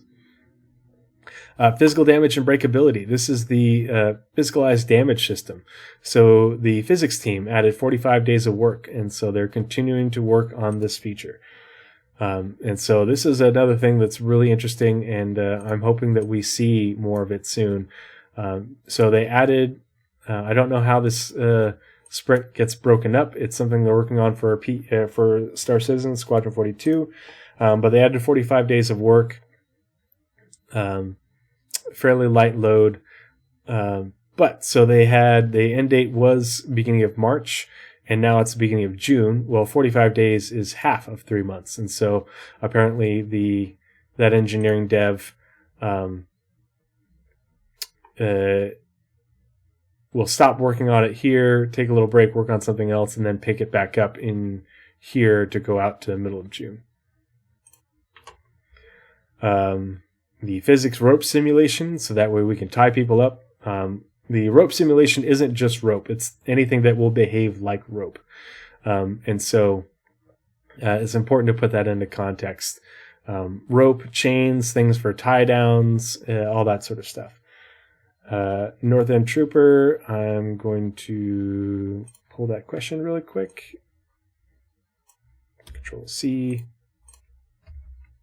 And go. Alrighty, thank you for asking that question. Okay. Oops. 1 second.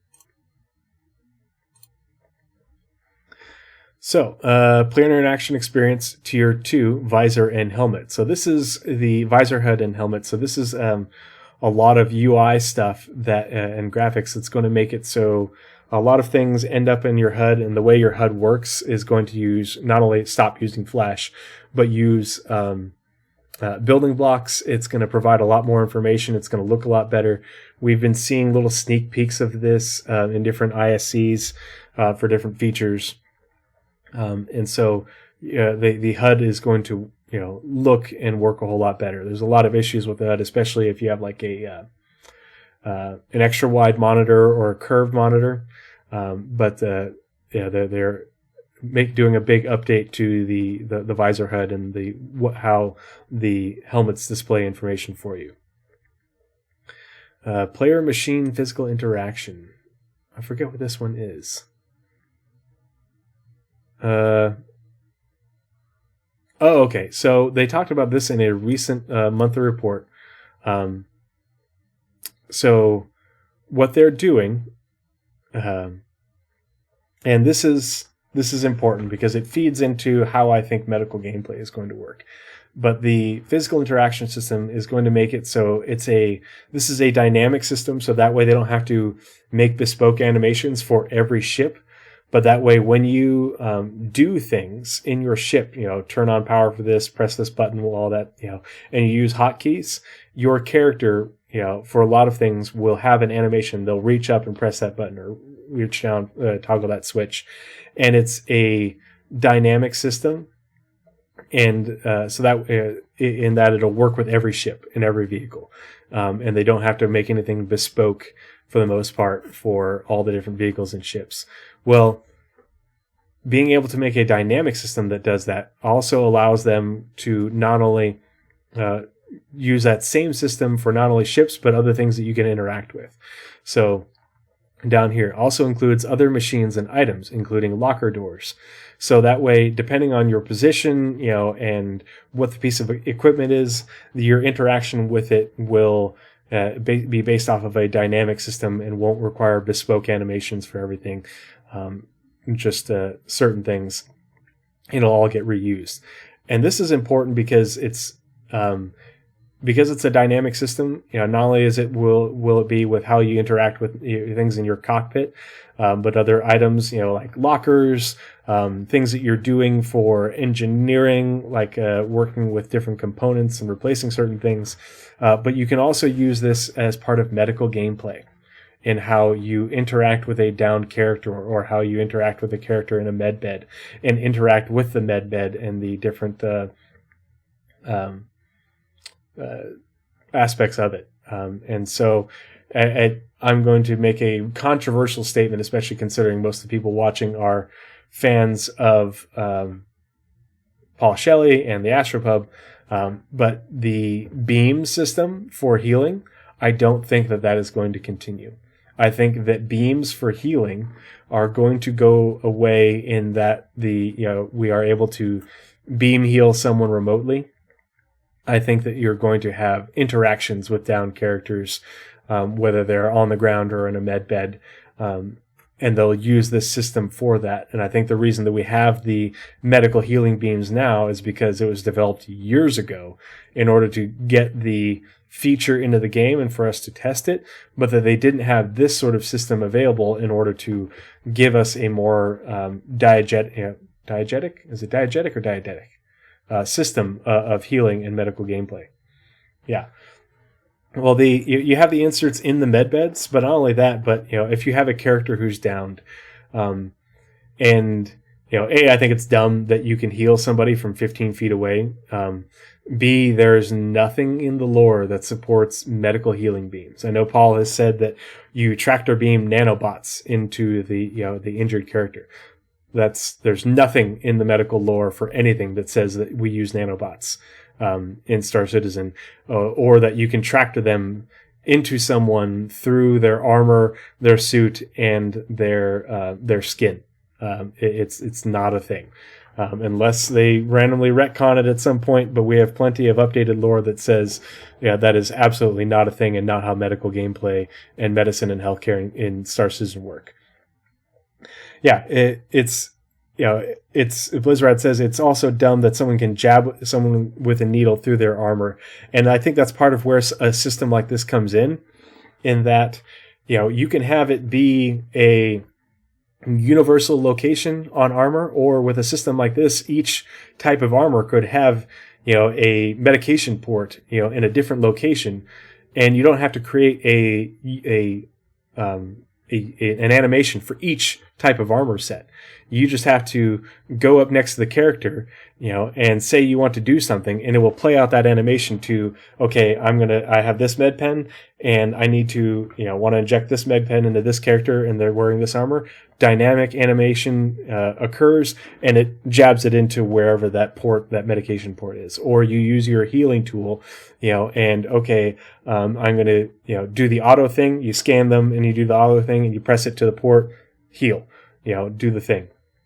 Or if you customize it based off what you want to be doing, if you're customizing it, congratulations, you're playing with pharmacokinetics. It's a real thing. They did their homework with medical gameplay. But whether it's via medical beds or hand healing, I think the beam is going away, just because with a system like this, you don't need the beam.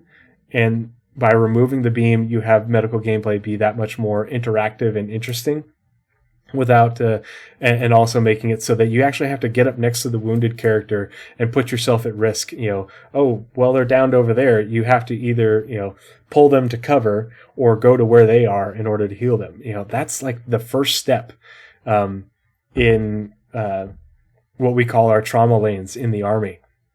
Is, you yell to somebody who's wounded and downed, and you'd be like, hey, can you provide yourself first aid? Return fire, move yourself to cover. And if they can't do that, you go and grab them and move them to cover, and then you treat them. It's, the very basics of being a combat medic or a corpsman in the military. The first part of your training is doing that sort of stuff. So, and we have medical gameplay tier 0. The very lowest implementation. It's going to be so much more interesting and complicated.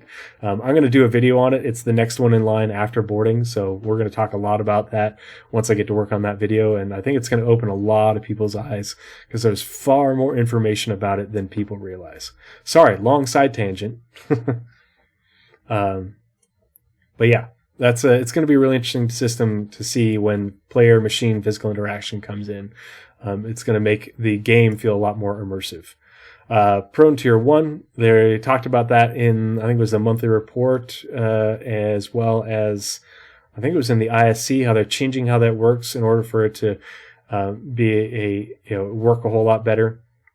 Pyro Space Stations, lighting team, 6 days of work. That's just, a little bit of polish going through the Pyro Space Stations. So, the mission feature team and US gameplay feature team adding a bunch of work to the Pyro system, planet, and mission setup. So they are working on the gameplay for the Pyro system, the planets and the locations and where missions will be and how they work. So that's going to be really interesting to see. They're continuing to work on Rastar.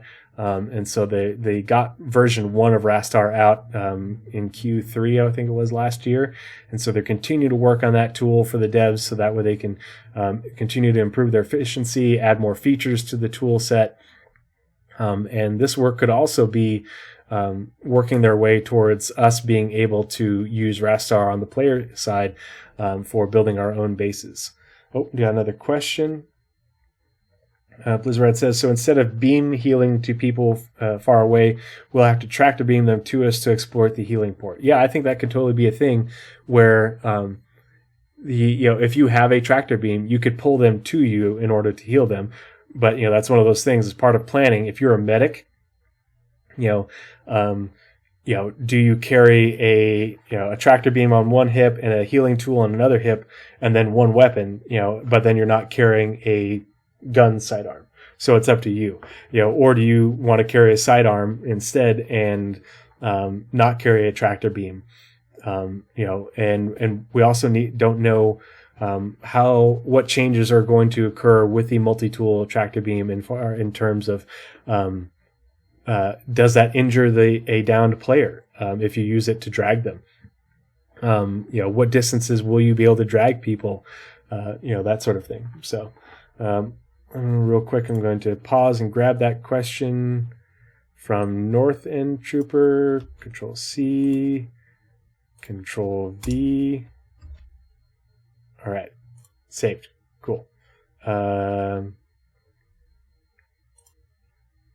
Yeah, Shady Phase. Especially if they were in cover and they got downed and they fell down behind cover, and now you drag them from cover to your position, that gives somebody an opportunity to wound them, or shoot them more. So, it's something to think about. It's, as a medic, that's decision making on your part. Do you throw a smoke grenade? Do you call for covering fire? Do you try to tractor beam the wounded person to you? Do you, pop up and sprint to where they are? These are all decision things. This is like, congratulations. These questions are the things that you have to ask yourself and things you get taught in, basic combat medic school, which I've been through. Refinery ships. They talked about this in the recent monthly report. And so the EU gameplay feature team adding 136 days of work. So that's 4.5 months. So let's open that up. So this is another really good example how the EU-PU gameplay feature team added 4.5 months worth of work going out to November 25th. And so they had started this work way, way, way back when at some point. but they stopped working on it. We don't know exactly when. And now they're adding a sprint starting right about here-ish. And it looks like they've been working on it the whole time, but they haven't, And but now that we can see that they're going to be working on it again starting essentially next month. And so they're just getting started with that work, and so it'll be interesting to see how that progresses.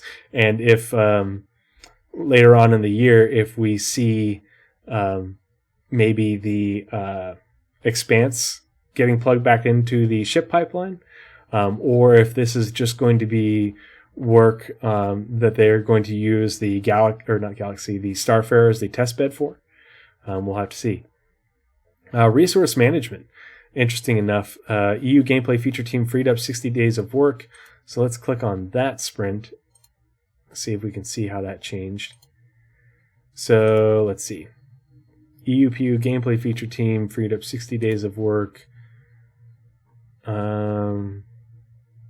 So the sprint goes out to here, so they may have had a gap in that sprint somewhere back here that shows they were working on something else and now they're coming back to that sprint.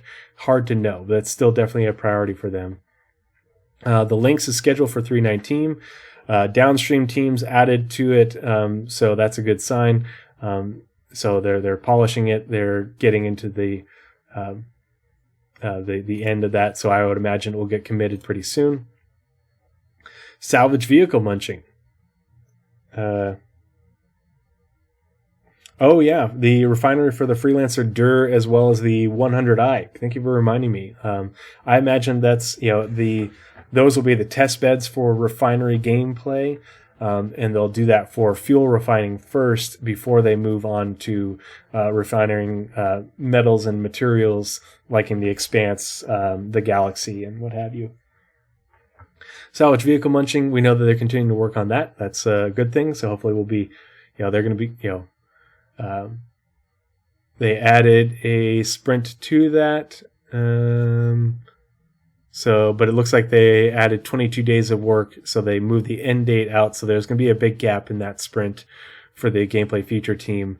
So they're picking it back up at the beginning of September after leaving off with it at the end of last month. Salvage Tier 0, it looks like... Yeah, they just elongated that sprint that ended back at the end of January. Seated item handling.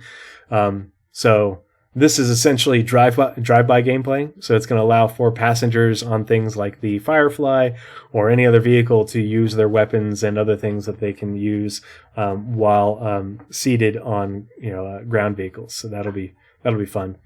Security Network V1. This is another thing that I think that could be could be a bug, just because freed up 121 days of work. That's a huge change to that sprint. That it would be kind of weird to see at this point, but it's the mission feature team, and they're working on all those missions, and it still shows them as scheduled. So it looks like they shortened the sprint on the back end and probably shortened it on the front end as well.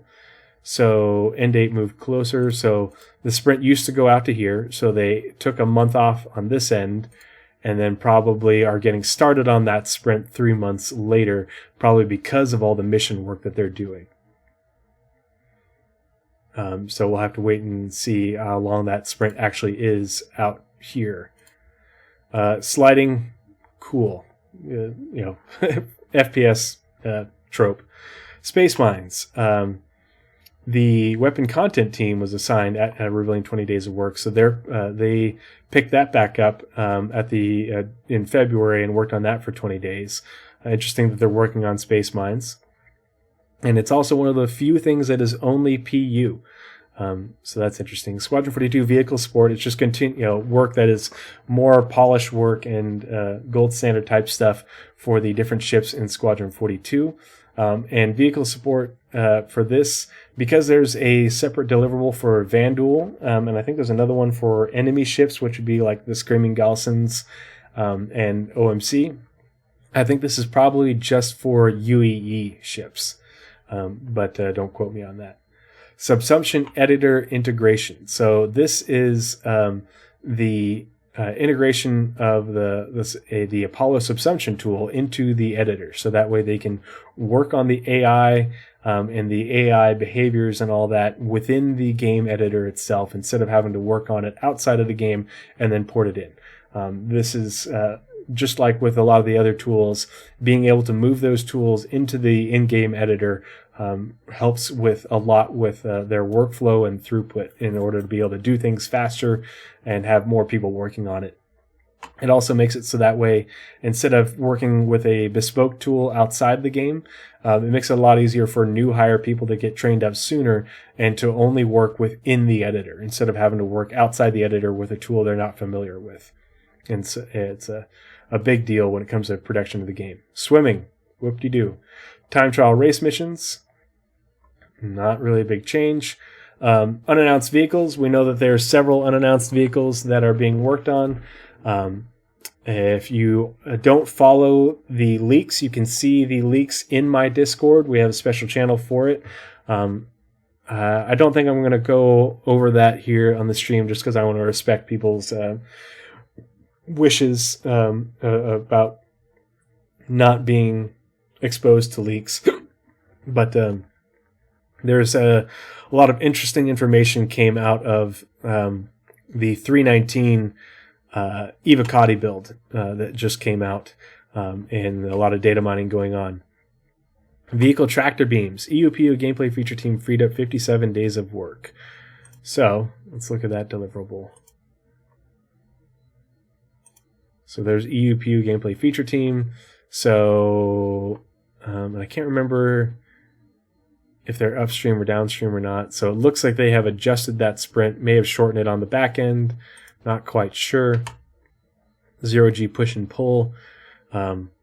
A lot of work being added to that, continuing on with that work, because EVA is going to change a lot. We're not going to have unlimited EVA fuel. And you might not always have a tractor beam, so they need to have you being able to move about in 0G via push and pull available to you.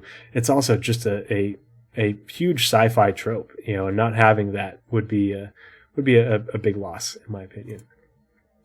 So that is the Delta report for the ShinyTracker. Let's get into the scheduled deliverables report. We'll get through this a little bit faster. Yeah. I think vehicle tractor beams should be on a high priority right now as well. But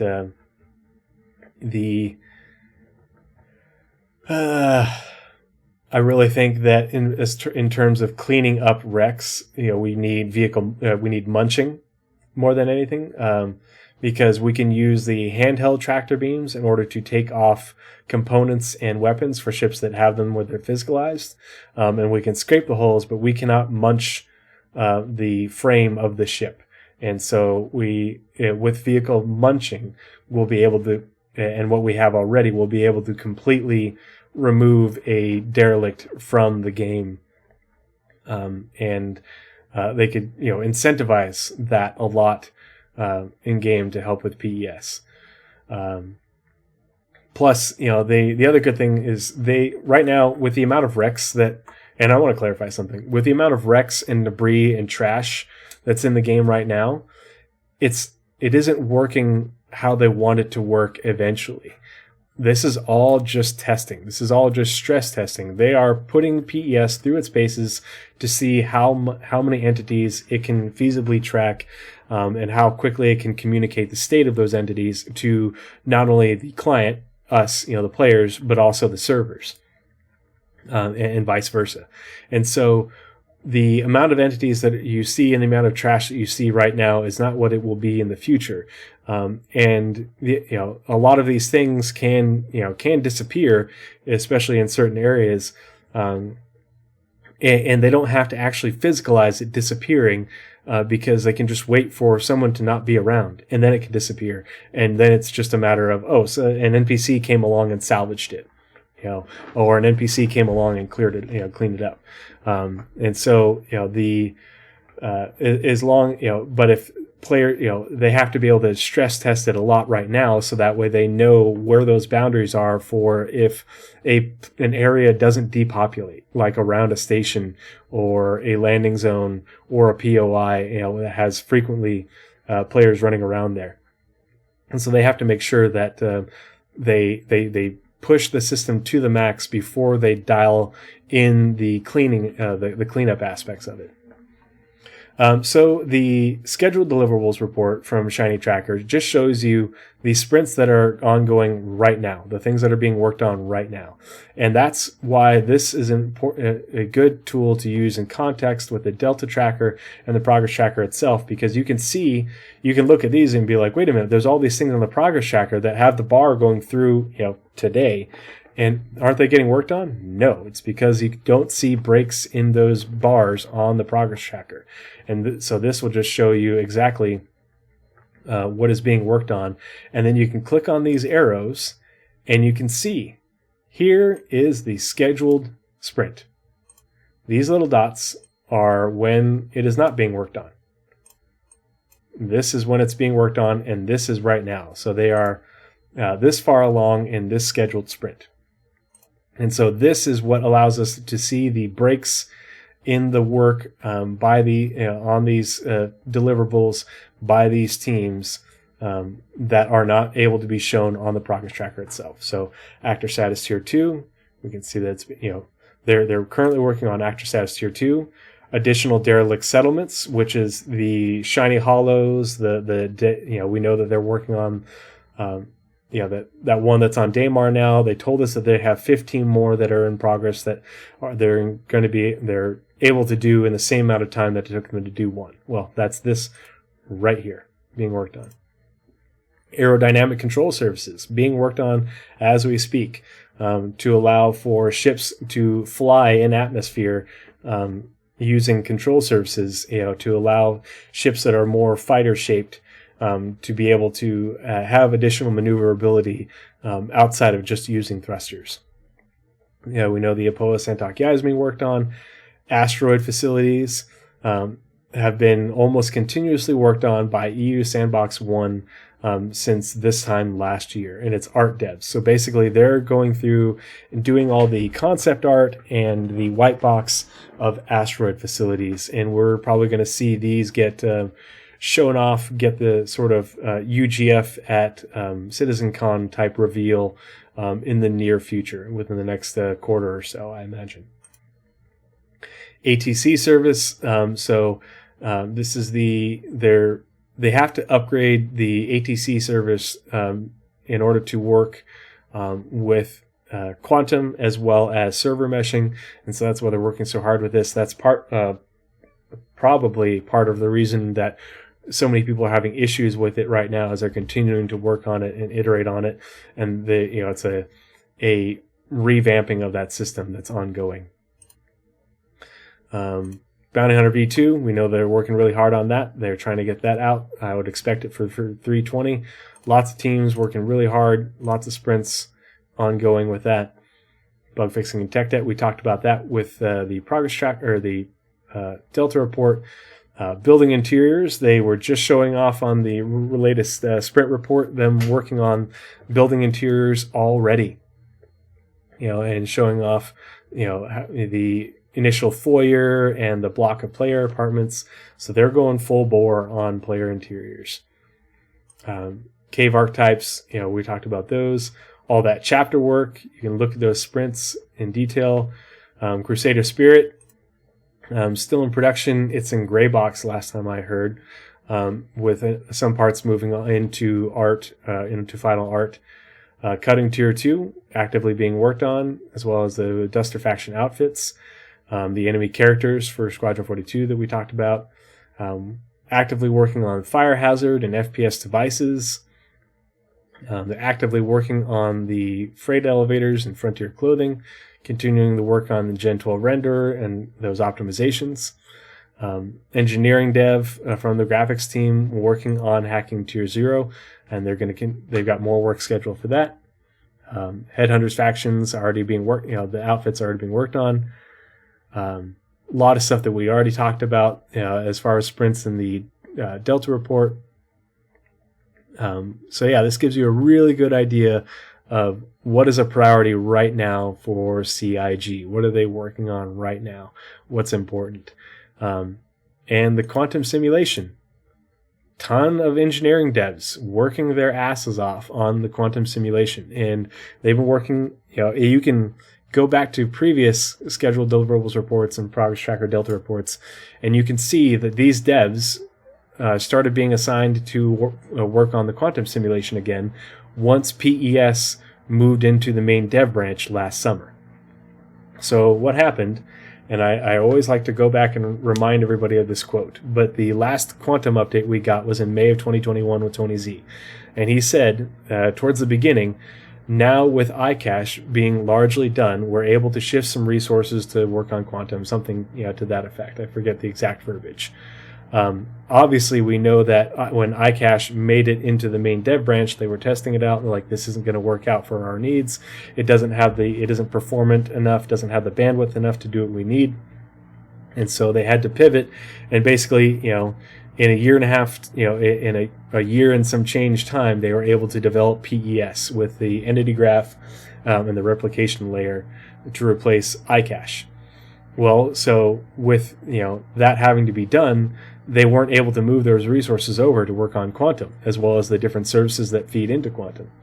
Well, once PES was in the dev branch and done, they had a lot of people continuing to work on it, but once it was in the dev branch, a lot of the work that needed to be done was the other teams working on their features and mechanics that integrate with it in order to get their stuff to work with PES. Not so much the network engineering people having to continue to work on it as much. And so they were then finally able to do what Tony Z said and move resources over to work on quantum. And that's why quantum's been delayed.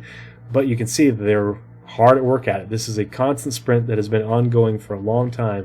It's going to continue for a while, but it's continuing out through June 2019. So we can see that that's, I don't know if that's this break right here or this break. But I imagine we will be getting an update on quantum in the not too distant future because they have so many people working so hard on it, as well as the services that feed into it. Refinery ships, resource management, RSI links, the Polaris. So they've got art devs working on it through the end of June. I imagine this sprint will, when they continue to update the progress tracker, this sprint will get elongated. We'll see more added to that, and they're going to continue working on it.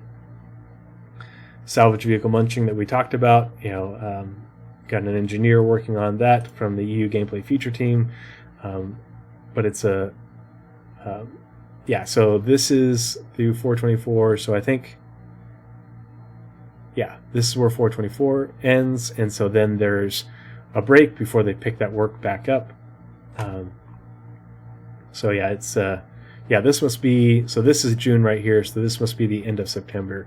So when they get the Q4 schedule, this will probably get extended out into Q4. A lot of really interesting work going on. Multiple unannounced vehicles being worked on. One is in concept art. One is vehicle content, with a lot of work going on. Some of these are going to be, at least one of these is likely to be a concept for Invictus Launch Week, as well as a straight to flyable, potentially 2 concepts, as well as something that's probably going to be for 320 and IAE. Drowns myself in Doritos. Speaking of which, I'm getting pretty hungry. A lot of really interesting work going on, a lot of things that we really need to keep an eye on as we go through the monthly reports. And then looking forward to, I think ISC is back this next Thursday. So tomorrow, I believe, is when we get our This Week in Star Citizen, we should see an update on ISC, if I remember correctly. I think that's right. Correct me if I'm wrong in chat. And that is it for the Roadmap Roundup and ShinyTracker reports. So 2 hours of going through the Roadmap Roundup and ShinyTracker reports. I know it's a lot of information and it can be kind of dry, but it's a lot of interesting stuff. And if you really want to have a good understanding of what's being worked on, by who, where the development priorities are, you really need to follow the roadmap and keep an eye on the progress tracker. Shadyface says the next Inside Star Citizen is about the new Lorville. Oh, okay, cool. That'll be interesting to see. Did they announce that somewhere? Was that said somewhere? I don't know how I missed that. So for the last bit, and we've got an hour to kill before I need to call it quits. We've got 2 questions from North End Trooper.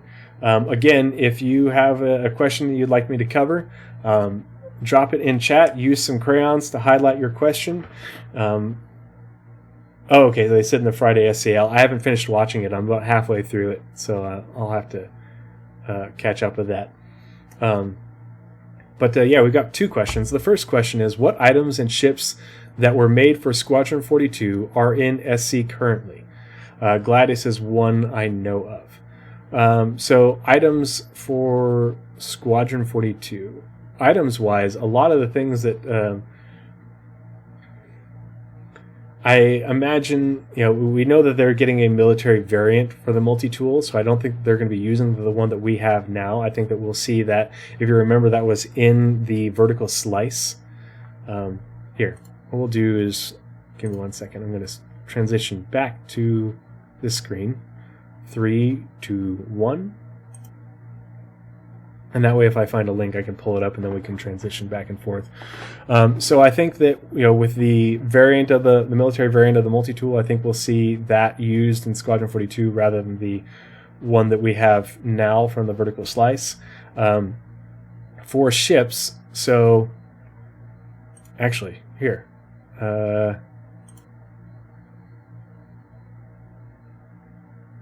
And EPAB, I did get your DM, and I will find you that jump point. I promise. Might not be right away, but I will get it to you.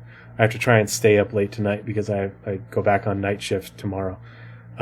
So what we can do is 1 second.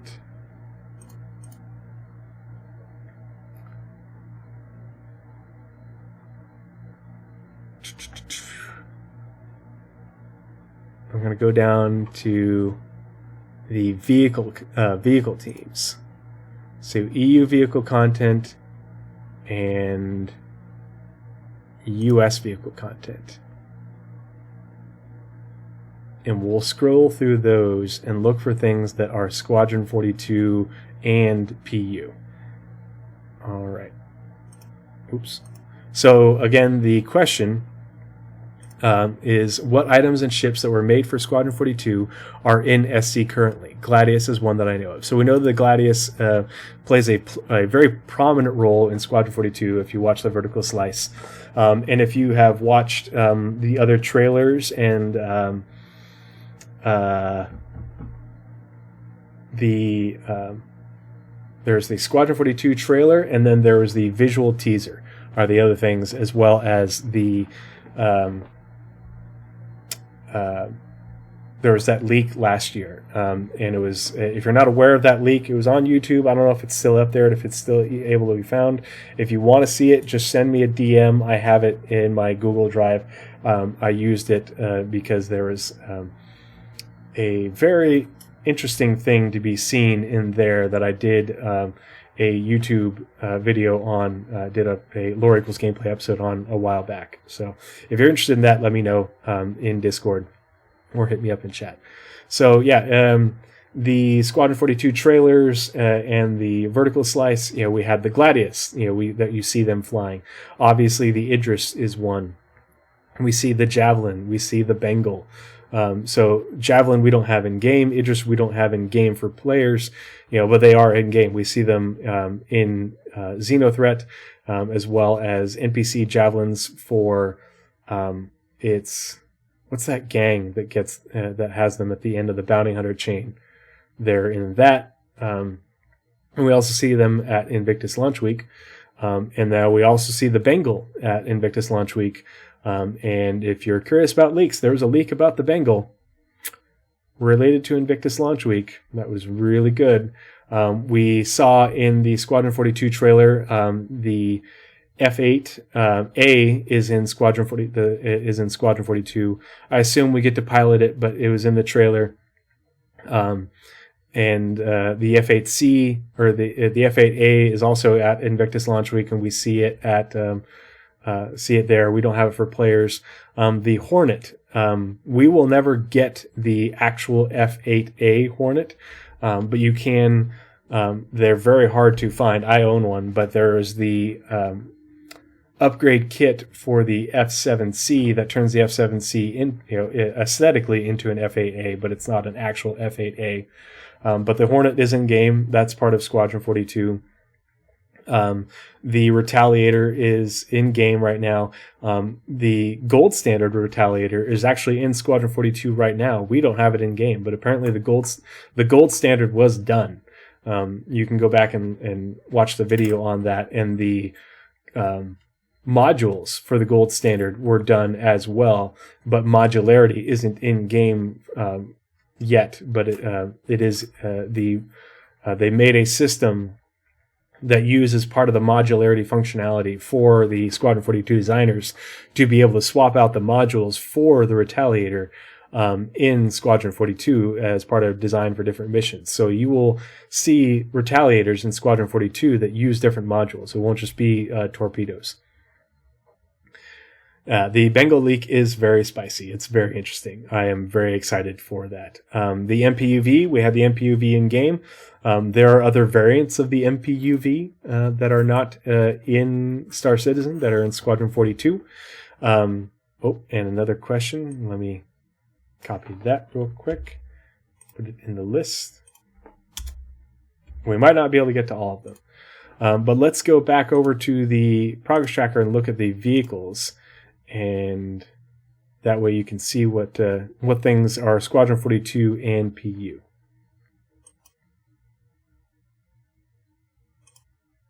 So, Aegis Gladius, Gold Standard, Aegis Javelin Destroyer, we talked about that. The Aegis Redeemer is apparently in Squadron 42, and we have it in game. I don't know what role it plays in Squadron 42, but apparently it's in there. Aegis Retaliator Gold Standard, Squadron 42. Going down there, the Drake Cutlass Gold Standard. The Drake Cutlass is apparently in Squadron 42. We know that from the visual teaser that there are like heavily modified looking Drake Cutlasses that are used by probably the Screaming Galsons in Squadron 42. Enemy ships, just says approved concepts for various enemy ships. I think these are these ones that we see that are the weird looking variants in Squadron 42 in that visual teaser.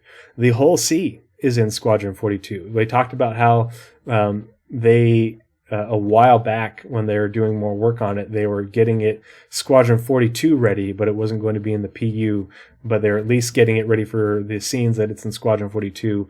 I think it was when it was expanded and it had cargo on it, and it, but it didn't have the ability to expand and contract yet. There's the Retaliator room OC swapping. So system support for enabling players to swap vehicle rooms and modules via VMA, and allows designers to specify vehicle setup at runtime in Squadron 42. So they have modularity, but it's only available for designers right now for Squadron 42, for the Retaliator. Apparently, and this could be a bug, and I kind of doubt that it's in Squadron 42, but apparently the Polaris, not in the PU, but apparently the Polaris is part of Squadron 42, at least according to this. I kind of don't think so, just because it seems like it's awfully late in the game to be getting started on a brand new ship that is supposed to be in Squadron 42 when Squadron is so far along, but could be wrong. Salvage Tier 0. So the salvage attachments are part of Squadron 42, so apparently you will be able to use that in Squadron to repair your ship on the fly. Let's go down more vehicles. So more enemy ships. And there's more work on the hull C. Apparently the Tumbril Nova is in Squadron 42 at some point. So they made that, and apparently it's part of Squadron 42. Whatever this unannounced content by... Oh, okay, it's unannounced content, not a vehicle. Vandal Fleet we knew about, so some of the Vandal ships...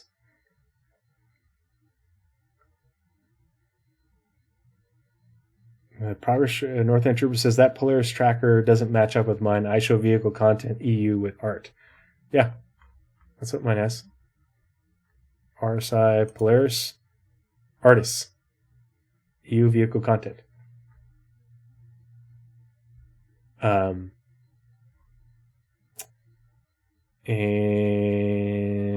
let's see, where were we? Down here. So let's see. Anything else for Squadron 42? We do know that the Valkyrie was shown in the trailer. We don't know how else that factors into Squadron 42, but I would imagine it's not just as part of the trailer. That's weird. I just got a notification from my phone saying that Instagram was trying to make phone calls. Huh. The hell you are, Instagram. Somebody tried to call me via Instagram. I'm thinking that's a butt dial or my buddy's kid has his phone. Weird. I didn't know that was a thing. Sorry, distracted. Let's see, what else? I can't think of anything else off the top of my head that is in the PU that is already in that is in the squadron, that is in Squadron 42 that is already in the PU. The Gladiator. I assume that the Gladiator is in Squadron 42. We already have it in the PU because we have seen Gladiators in the hangar of the Bengal and as part of Squadron 42 footage. We know that the Reclaimer is in Squadron 42 because we saw that in the vertical slice with the Reclaimer salvaging that Starfarer. The Starfarer is also in Squadron 42, probably not just as a derelict, but I imagine that the Gemini is part of Squadron 42. Chat, do you guys have anything else? Can you think of anything else that's in the PU that is also part of Squadron 42 in the PU right now? I'm sure I'm missing something, but that's what I can come up with off the top of my head. Let's see. The next question that I got from North End Trooper says, what kind of separation will we see with in-depth medical? Like, will we see fungus or bacterial infections or just internal medicine or more of trauma and maybe surgery gameplay? The Avenger. Yeah, the Avenger could be in Squadron 42. I'm not sure, though. We know it's in the vertical slice. I don't know if we get to fly it or not, but I wouldn't be surprised if we see it getting flown around because the Avenger is heavily used by the Advocacy, and we know that we do work alongside the Advocacy in Squadron 42. Yeah, that's a good point. So with in-depth medical, we're talking Tier 2, Tier 3, and beyond medical gameplay. There's a lot of mentions in lore of people getting infections. There are mentions in lore of like stations and places being quarantined because of an outbreak. And so with the limited medicines that we have right now, I think that what you're going to see is more along the lines of having to have the just like with everything else, having to have the right tool for the job.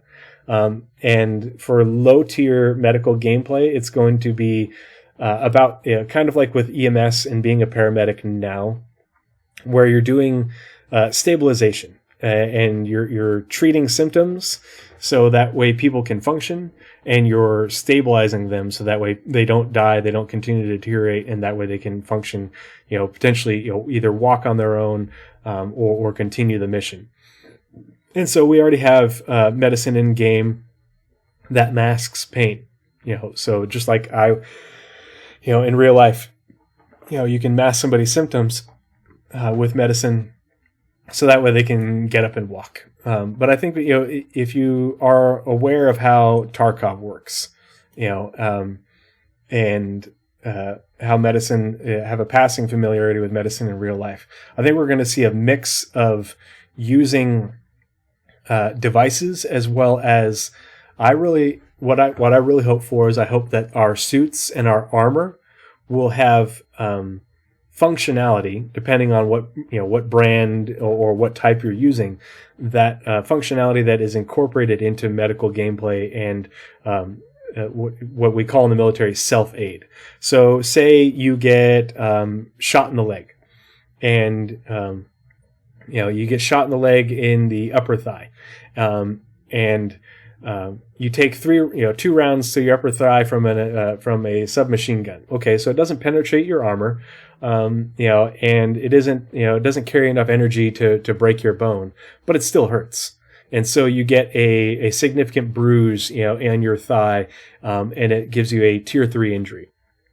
And so you get a little bump of some pain medication to help it, so that way it doesn't slow you down.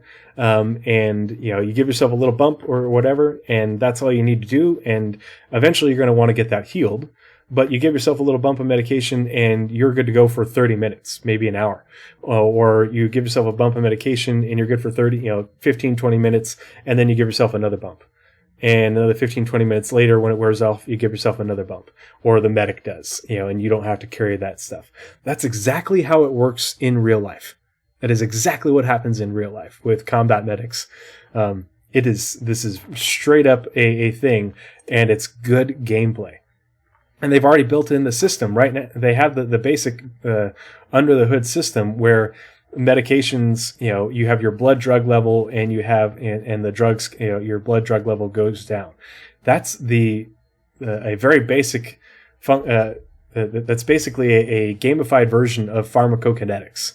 And so, it's no different than mining, where you are trying to keep a character, a player, in the green, in that bar of functionality or good health, without going over and their blood drug level getting too high. But also you want to, that bar, that area is the therapeutic, we call the therapeutic window. And if you don't give them enough, if you give them too small of a dose, well, then they're still going to be limping around, or they're not going to be able to bear weight on that leg, if it's a tier 2, or a tier 1 injury or something like that. If you don't give them enough medication, then you're not going to be therapeutic. If they have lost too much blood, and they're too weak, and you don't give them enough, hemazole, which is essentially condensed blood products. That's what it is. It's condensed synthetic blood products. If you don't give them enough hemazole, okay, well, you gave them a little bit, and they're not going to die just yet, but they're not going to be up in that green where they're healthy and they're able to stand under their own power, or, they're conscious or whatever. If they have an infection, and if they get bit by something poisonous, something venomous, and you don't give them enough of the antivenom. And, they don't have to have multiple types of antivenom. You can just have one type of antivenom. But if you as a medic don't have an antivenom, you're not going to be able to stop that. You're not going to be able to, stop that envenomation. You'll only be able to provide support. So like I don't carry antivenom on my helicopter, but I do, if you go into shock from being poisoned or from an envenomation, I can treat the shock. I can't treat the envenomation. I hope that makes sense. So all of these things is, you could have radiation poisoning. You can, you could be, have been bitten by something. You could be exposed to a toxin. But I expect there to be, probably, 6 to 8 different types of medical problems that will affect characters, from environmental issues, whether it's radiation, whether you're exposed to a virus, and that could just be a thing that happens on happenstance. If you end up in the wrong place at the wrong time, or go down to the wrong planet without the right protective equipment. A virus, a virus or bacterial illness, a envenomation, radiation sickness. You could also have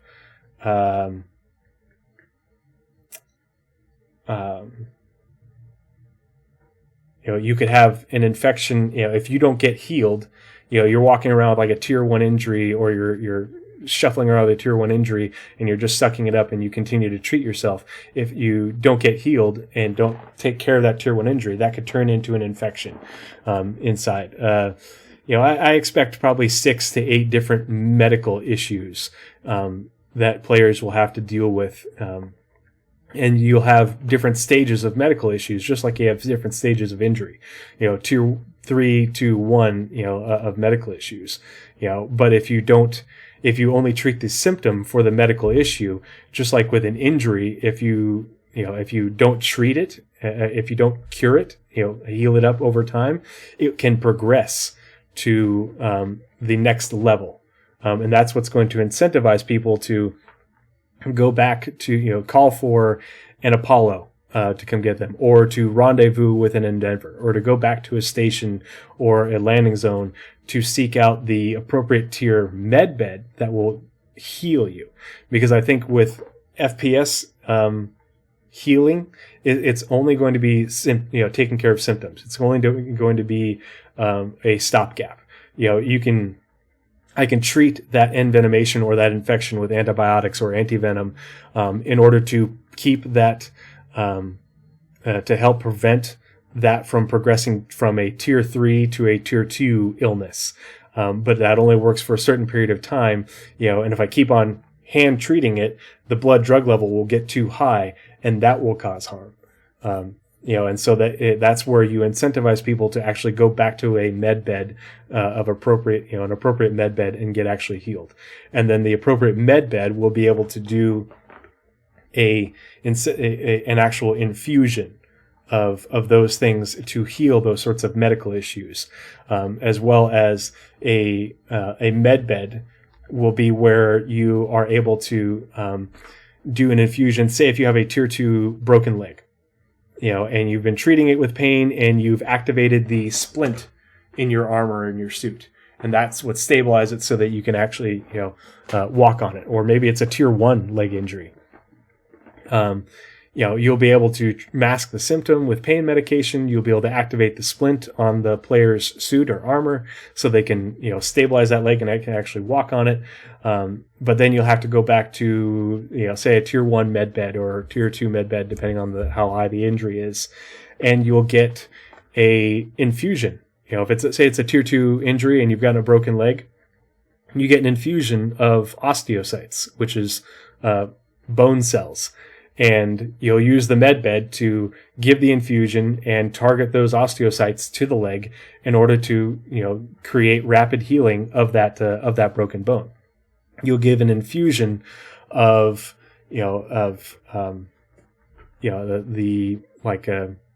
leukocytes to heal an infection and regenerate tissue from an open wound. You'll be able to give an infusion of blood products to replace lost blood and to cure hemorrhagic shock. A tier 1 med bed will be where you have regen serum, and then you're able to use regeneration to implant and grow a replacement organ or a replacement limb from a tier 1 injury. That leg is toast. We're going to grow you a new leg using regen serum in a tier 1 bed and attach it to your new, your new leg, or grow that leg, or, you get shot in the abdomen or the chest and your lung or your liver are toast. Well, we are able to use regen serum to grow you a new liver and implant it. Or maybe, they grow the new liver or limb and it's not surgical. You don't have to open them up. That's what I see for medical gameplay in a gist. These are the sort of things I'm going to talk about when I do my medical gameplay video in the future.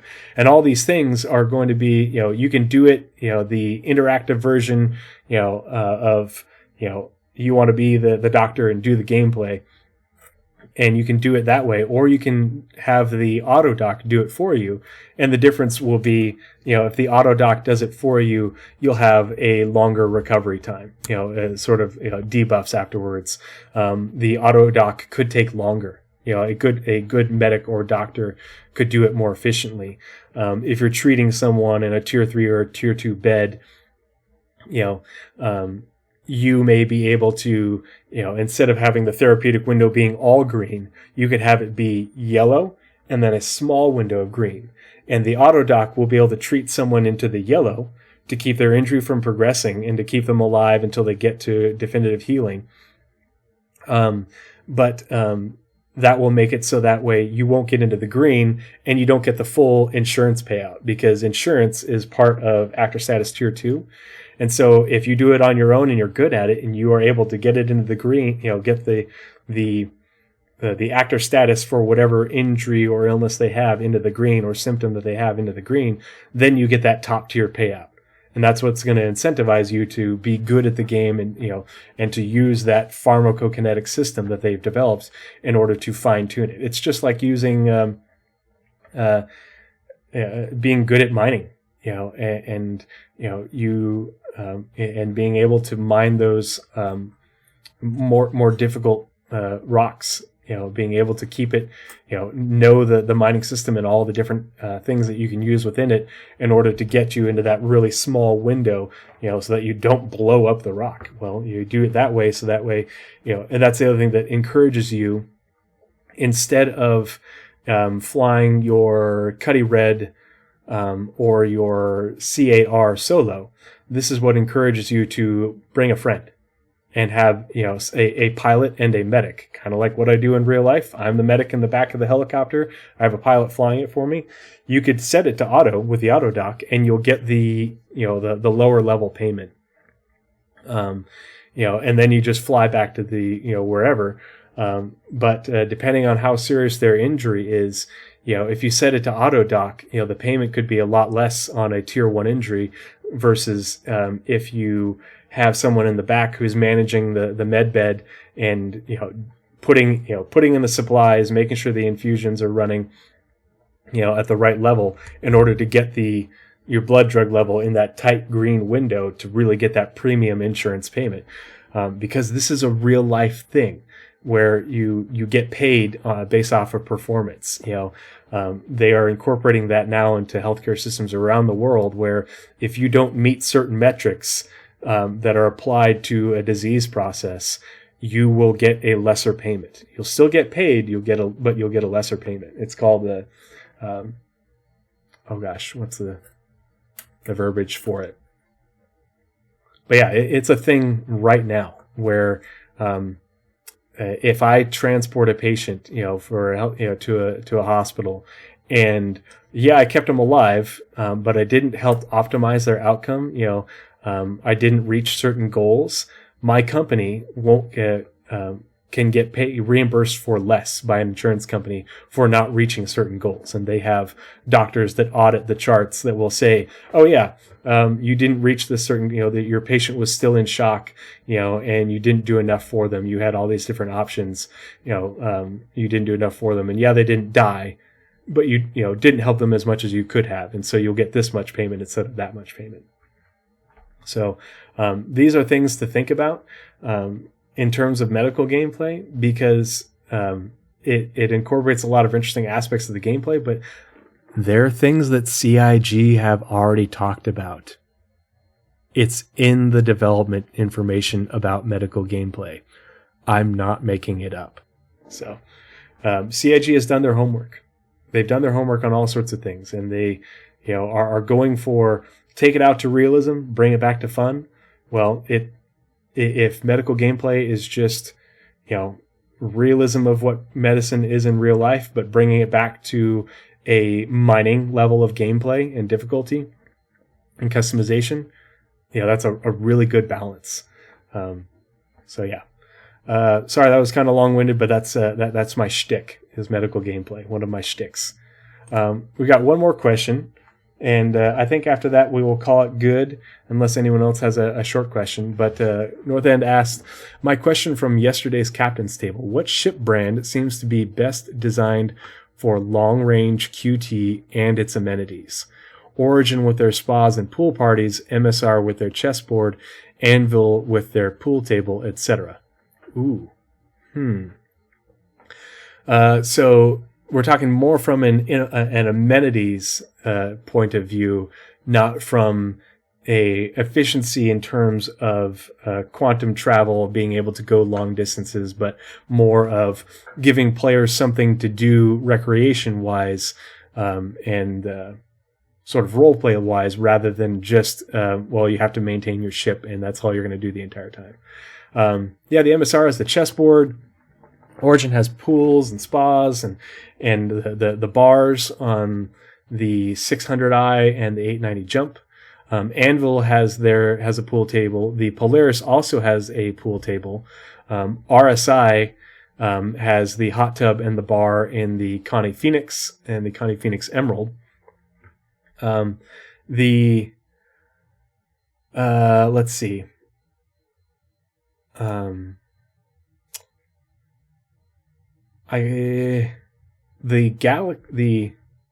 The Galaxy and what's the new MISC one? The MISC expedition ship with the big hangar and the refinery that everybody was all up in arms. Yeah, the Odyssey. So the Odyssey and the Galaxy, I think, are kind of lacking when it comes to those amenities. They had a crew area, but they didn't have anything similar to like what the Polaris and the Carrack have with the pool tables. They don't have.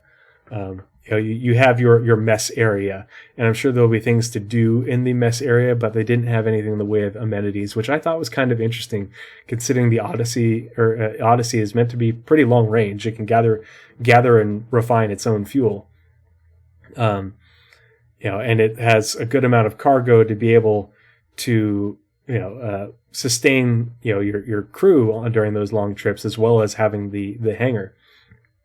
And the Galaxy isn't necessarily called, specifically long range like the Carrack or the Odyssey, but it's a large ship, and it also, depending, has a decent amount of cargo. And so I really like the Galaxy. I bought a CCU for one, but the Galaxy doesn't have the amenities that the Polaris does, and so it's.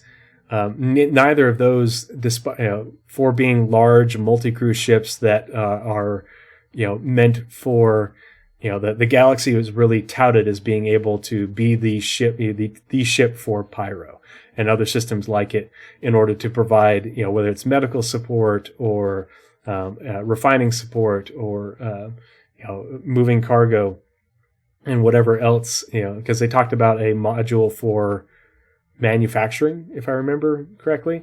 That would be another really great thing. Well, for those aspects of the game, you're going to be out, in the black in a system that doesn't have the infrastructure for a long time, and yet it didn't really have anything amenity-wise. I thought that was kind of interesting. But I think that this is something that a lot of people don't think about, but you have NPC crew, and your NPC, I think of NPC crew, if you've played Colony Sims. I enjoy Colony Sims. A really fun one that I've been enjoying as of late is Stranded Alien Dawn. But with Colony Sims, you have to keep your colonists happy, your little NPC workers happy. And I think that it's something that is unsaid, and this is speculation on my part, but I think with NPC crew, you're also going to have to keep them happy. And I think if your ship has minimal amenities, it's like, okay, sweet. They have a place to sleep, they have a place to eat, but they have minimum recreation amenities. I think that will mean that if you don't go to a station or a landing zone for a period of time, your NPCs will have their little happiness meter go down. and they could potentially suffer a debuff if you don't keep their morale up, during these periods of time. If you don't visit a port of call often enough for them to be able to reuse recreation. And I think that will play into if you do a mission with your 890 or your luxury 600i, I think the amenities and NPCs using your amenities will factor into the NPC's happiness meter, which will affect your payout. And so, you can transport patient or NPCs, using one ship, versus another ship, and they might not be as happy with the service and they might not pay as much. Kind of like how if you fly on an airline, first class, you pay more for first class than you pay for coach. So I think it will factor into your NPC crew and their effectiveness, but I also think that is going to factor into NPC transport missions and what amenities you have on board. And so that's my thought on it. And I think that's not based on anything development wise. It's just based off of, how have other games managed NPC crew and how else, other than for RP purposes, I think that the amenities are going to factor in for management of your NPC crew, not just, we've got a long QT jump. Hey, you want to go play some hexagon pool, to kill some time? Yeah, it's a thing, but I also think that you'll see NPCs doing it because they're building those behaviors into Squadron 42, and they have amenities on the capital ships in Squadron 42. And if the behavior is already built, factoring it into a system under the hood for NPC crew, I think would make it a lot more interesting, but also make it a lot more immersive. What do you guys think? Eminent Shadow says the reworked 600i and BMM upon its release will add much to the conversation on ship amenities. Yeah, I thought they did. I don't know about you guys. I've never been a fan of the 600i. The luxury thing really isn't my thing, and Origin isn't my aesthetic. But I think the ship team did a fantastic job with the 600i rework that they showed us at CitizenCon. I've gone back, I don't have a 600i. I'll never have one, but I've gone back and I've watched that probably 3 different times just because I thought that the work that they put into it and the thought that they put into it was really interesting and bodes well for ships going forward. And you can see how that thought process impacted their thought process with the Polaris rework that they showed us during IAE last year. Which is in production right now. So I think it bodes well for the development of big ships in general. But I think it's something that a lot of players sort of dismiss. And I think that CIG could utilize it in order to make things more interesting, especially to add a bit more of a dynamic aspect to NPC crew. Because otherwise, all you have to do is pay them and keep them fed. Well, that's kind of boring, So yeah, actually, I should have gone back to this scene long ago. Caprica 6. Someone is a fan of Battlestar Galactica, Eminent Shadow. If I do say so. If that's the case and you are a fan of Battlestar Galactica, if you haven't played Battlestar Galactica Deadlock, I highly recommend it. It is a really cool game. It was just on sale on Steam. I don't know if it still is, but it does occasionally go on sale, and it's super. It's a really, really great game, as well as the game that predated it. It's built. The same company released this one game, and then they basically made a full conversion mod for it that's also sort of 4X, but for the Battlestar Galactica universe. But yeah, look up Battlestar Galactica, and then the other game is called... Hold on, let me find it really quick. I have it in my Discord. Starhammer, the Vanguard Prophecy. it is if you're into space games and particularly tactical, strategy type space games, those are an absolute must play, in my opinion. Let's see. Blizzrad says, I like the idea of something 600i size that can carry tanks and maybe an Atlas series, but from Anvil. If you've watched the Next Great Capital Ship video, you know that I definitely think that we're going to get a Valkyrie variant for carrying a single large vehicle, but I do think that we should have more options in terms of carrying large vehicles than, just the Herc for the most part, and there's the Liberator as well. But I do think that there's a space for a ship that can carry a single large vehicle rather than, I can carry 2 large vehicles and a bunch of cargo, or 2 large vehicles and some ships. No, we just need to carry one, or 1 large vehicle or 2 Ursa rovers or something like that, or any combination. We don't have any more questions. I really appreciate you guys hanging around for the Q&A. I hope you found it interesting and engaging. If you have more questions, if you come up with questions, there is, yes, Shady Phase, like the Pelican or Star Wars Lat Heavy. It's the Lat C, I think is what it's called, if you Google it. I think the Q&A was kind of fun, something different, especially because Nazeris couldn't join me this evening. If you have any questions about Star Citizen and its development, I would love to do more Q&As like this in the future, especially when Nazeris is available. I think that would be a lot of fun to engage with you guys in chat. But you can always drop those questions, and we can stockpile them. But you can drop those questions in my Discord. There is a place in my Discord. There's a separate channel just for the Pathfinders podcast.